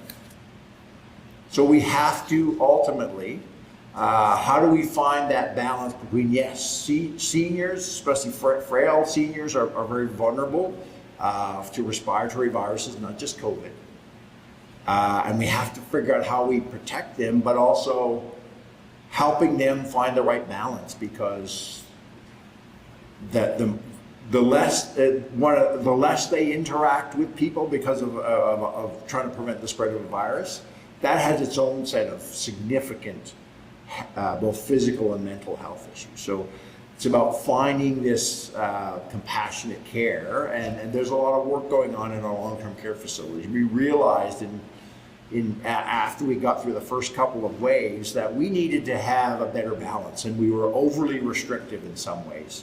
But many of our long-term care facilities almost became paralyzed because they did not want to become the next Northwood, and I understand that completely. So we continue to work with how do we find these are people's homes, right? So how do we find the appropriate balance and actually give individuals and families some more choice into what level of protection they want against the virus versus being able to have recreational activities and have family visits. That's really important, finding that balance as well. And it's important as well as in our communities. So right now there's a lot of people saying, right now we're seeing a lot of impacts from flu and RSV on kids, and there's certainly some parts of society are saying we're not doing enough to protect them, all this kind of stuff. But all those measures have their own set of impacts. So we always, in public health, we're always trying to find out what is that right balance. Because protection and then what it takes to protect, all those protective measures have their own impact. So, and part of it is working with communities to let them, give them the tools to make some of their choices as well, because we need to be able to allow that space for choice as much as possible. Yes, we had mandates and we used restrictive measures and used legal tools, but those should only be used in very exceptional circumstances, like the acute phase of COVID in 2020 and 2021. We also need to think more, and I use the term, we need to be more respectful about respiratory viruses. I will argue that pre-COVID, we didn't pay enough attention, give enough respect to influenza. Influenza kills, an estimate, at least 3,500 to 4,000 frail elderly Canadians every year.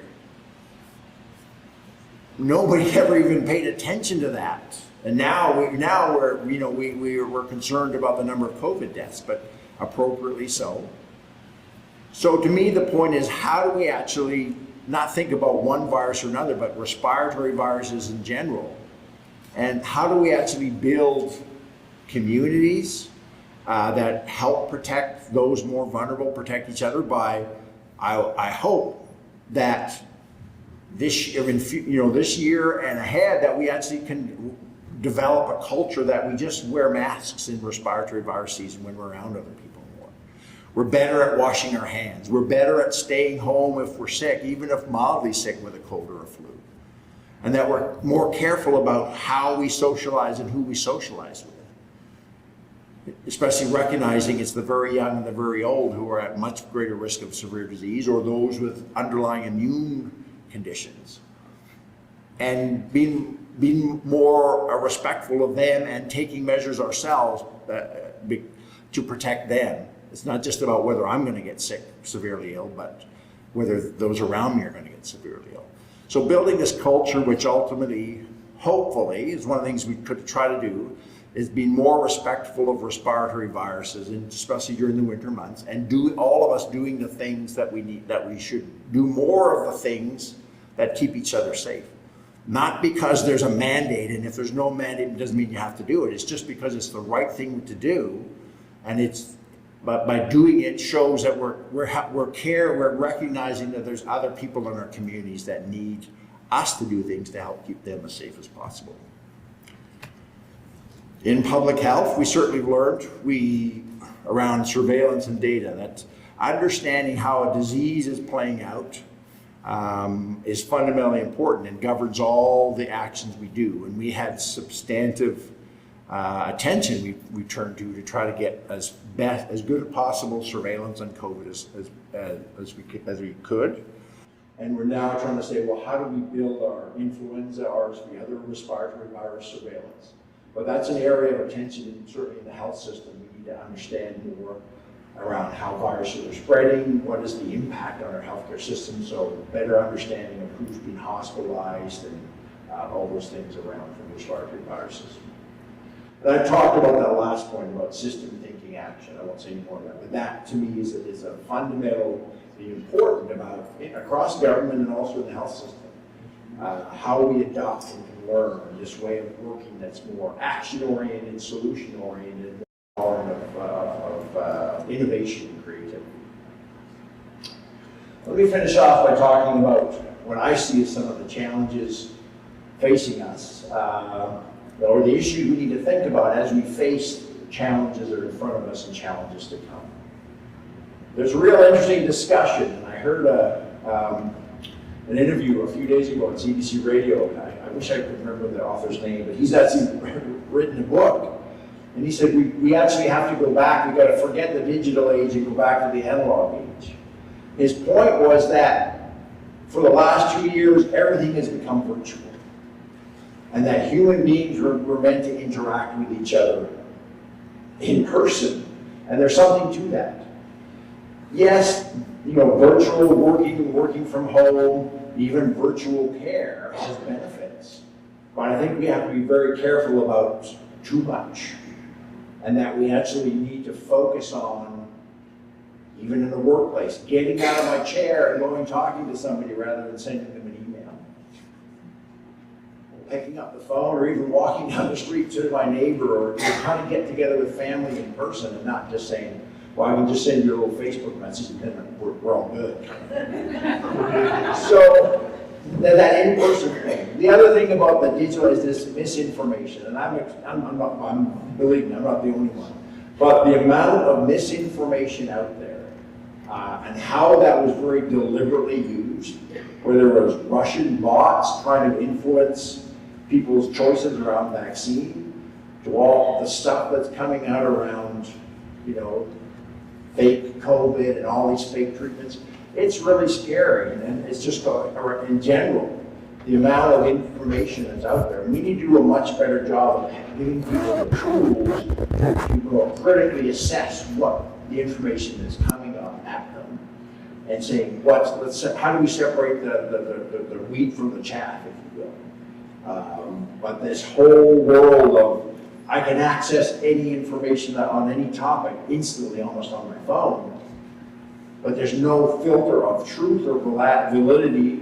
The scientific process used to be that things were studied, they had to go through peer review, and then they would be published. And so what actually appeared and what the public consumed had these layers of validation built in. Now that's all gone. Even in the scientific world, there's predatory journals and things are published before they've even had peer review. So we have a lot of challenges, but the basic message is be very critical about what you're seeing, even if it may come from what seems to be like a credible place. But this whole misinformation culture and basically the diminishing and the loss of trust in science, I think is extremely problematic. COVID has taught us, or reinforced, the importance of focusing on mental health. I've talked about the isolation impact on seniors. It also had a significant impact, and we're starting to get data on this on young people especially. People who at the time of our lives, and I have firsthand knowledge of this. I have my oldest daughter who was finishing law school, and my middle daughter who was going through high school, and then the year after high school, basically doing it all virtually. And I saw the impact on their mental health, that lot. But at the time of their life when people are meant to be in that transition into adulthood and that socialization and trying to figure out the world, I think it's had substantive effects. So we have to understand and all the challenges that are in front of us. I often say to my wife, I said, I'm glad I'm not growing up now. It's a very, very different and highly stressful world, economically, environmentally, etc. But we need to pay more attention to mental health. And ultimately, I believe we have not done a good job for a number of decades in the healthcare system because we've separated the mind from the rest of the body. All the folks from the integrated chronic care, I'm sure you'll agree, there is no separation between mind and body. What's happening in their mind often comes out in physical symptoms. What's happening with our state of physical health impacts our mental health. So we need to think about whole people and how we approach, reintegrate a lot of our thinking on that. And we are making lots of investments in mental health, but we need to, but mental health has always been kind of coming secondary to all the advancements we've made in many, many ways in other parts of healthcare. So we need much more attention on mental health. But the other piece I'll say is that understanding mental health mental health starts with caring, compassionate communities. For many people who are dealing with stressful times in their life, and we all have those, it doesn't need them to have a psychologist or a psychiatrist or a formal health system. What they need, first of all, is we need a better culture that says it's okay to not be okay. It's okay to say, I'm struggling right now with feeling depressed, with being anxious. And that when you turn to somebody, they'll say, okay, how can I help you? You see it a lot. I see it a lot when people have an injury or some kind of physical health issue, they've been in hospital, had a surgery, they get lots of support often from their community. You don't see it nearly as much when somebody is saying, I'm really struggling with depression. Often people don't know how to deal with that, so people are often much more likely to be left on their own. So it starts with having communities that accept that all of us at some point in our life are going to have challenges and we're all going to need help from a mental wellness perspective. And that we're going to have communities that look out for each other, that visit the elderly person who's maybe isolated in our community, that a young mom with 3 kids gets support. All of those are just 2 little examples, but a more caring, compassionate community, to me, I believe, is at the root of having a more mentally well, collectively mentally well community. So when we talk about mental health, yes, we need to do more and better access to formal mental health, but we also need to understand how our community and have it is at the root. A supportive, caring community is really at the root, and much of mental wellness doesn't need a formal mental health system. It needs people that care for each other and people that will listen. There's lots of issues around leadership and the type of leadership, but I think COVID has shown that a leadership that puts people first and the health and wellness of people comes first. I firmly, now this is my training, but I firmly, in my 20 plus years, I believe that if we create healthier communities from all the aspects, mental and physical health, we actually going to create a better economy.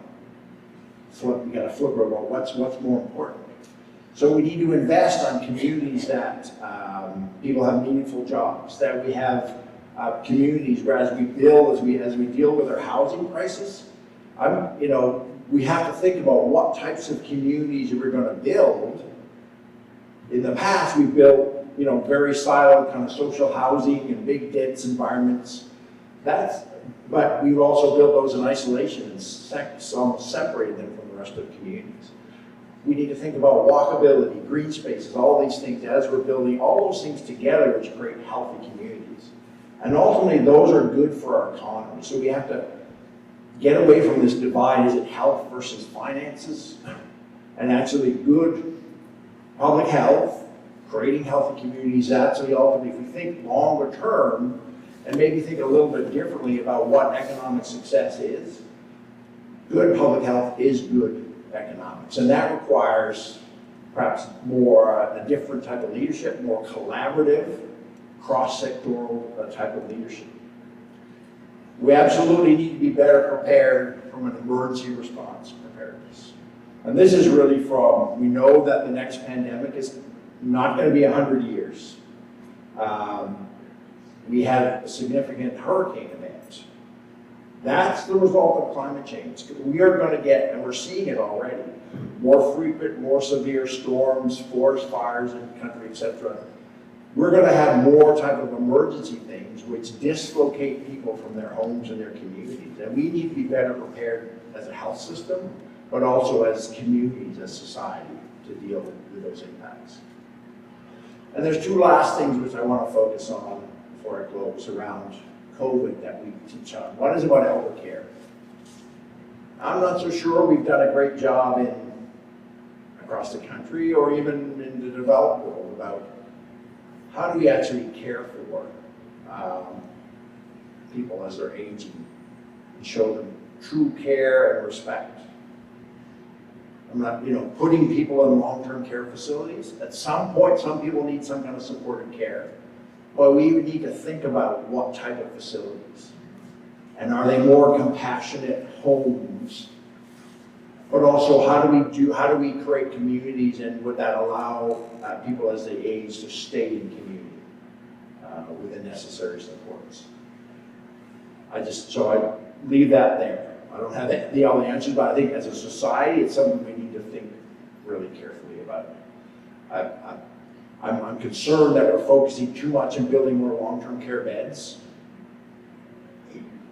and not enough on, well, what type of beds are they, what type of facilities? And also, are we doing enough to help keep people in their homes as long as possible? And then the caring economy. COVID has shown us, people are using this term now, that there are groups of people, more likely than not women. Often they're women from women of color, people more recent immigrants, in caring positions. So whether it's early childhood educators for our young children, EPAs in school, to all the way through to continuing care assistants and others who care for our seniors. And then there's all sorts of people who are adults with physical, intellectual, mental health disabilities that need some kind of supported living in the community. What COVID showed is all of a sudden those were critically important roles and functions. But historically we have undervalued those because they tend to be low paid, minimum wage, and there's little training required. So I would challenge us collectively, we need to think more about these caring positions in our society. I'm going to need one at some point. I have a son who's 17 with a significant disability. He will need a supported living environment for his life. So it's home for me. But in general, I think we need to do a much better job, and this is about, maybe comes back to that good public health is good economics. If we actually showed that we value all these caring positions, or caring roles is a better term, caring roles in our community that supported people, and say, We're going to train you. We're going to create community college programs and those kind of things. And we're also, you're going to get compensated appropriately given the value of the work you do and the training that's required. That in itself, what I've read since I've written, that in itself would have a significant economic impact of people with more higher wages and all these things. But also that caring piece, the lack of caring and what it's doing right now in terms of families that are juggling aging parents and women, especially with kids in daycare and all those kind of things, that itself has an economic impact because people are not as productive and functional at work. It was interesting to read about this, but I think it starts with understanding all these caring roles and valuing them much more in our society. COVID has highlighted that for us. And especially there's a whole equity piece here, because many, as I said, many of these people they're low income, many of them are newcomers to Canada, many of them are non-white, etc. So there's a whole equity piece on this as well, and a vast proportion of them are female. So lots of challenges. Don't have all the answers to those, but I think they're important questions that we need to bring out and highlight to the public and grapple with them collectively together. Thank you for the opportunity today. I hope that's been interesting and helpful.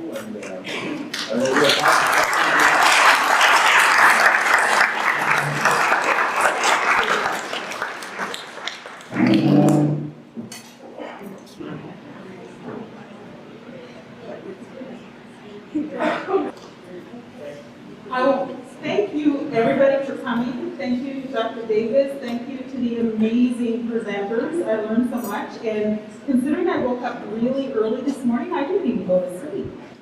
I just want to thank everybody that showed up online and here today. I think that this was an excellent morning of continued learning.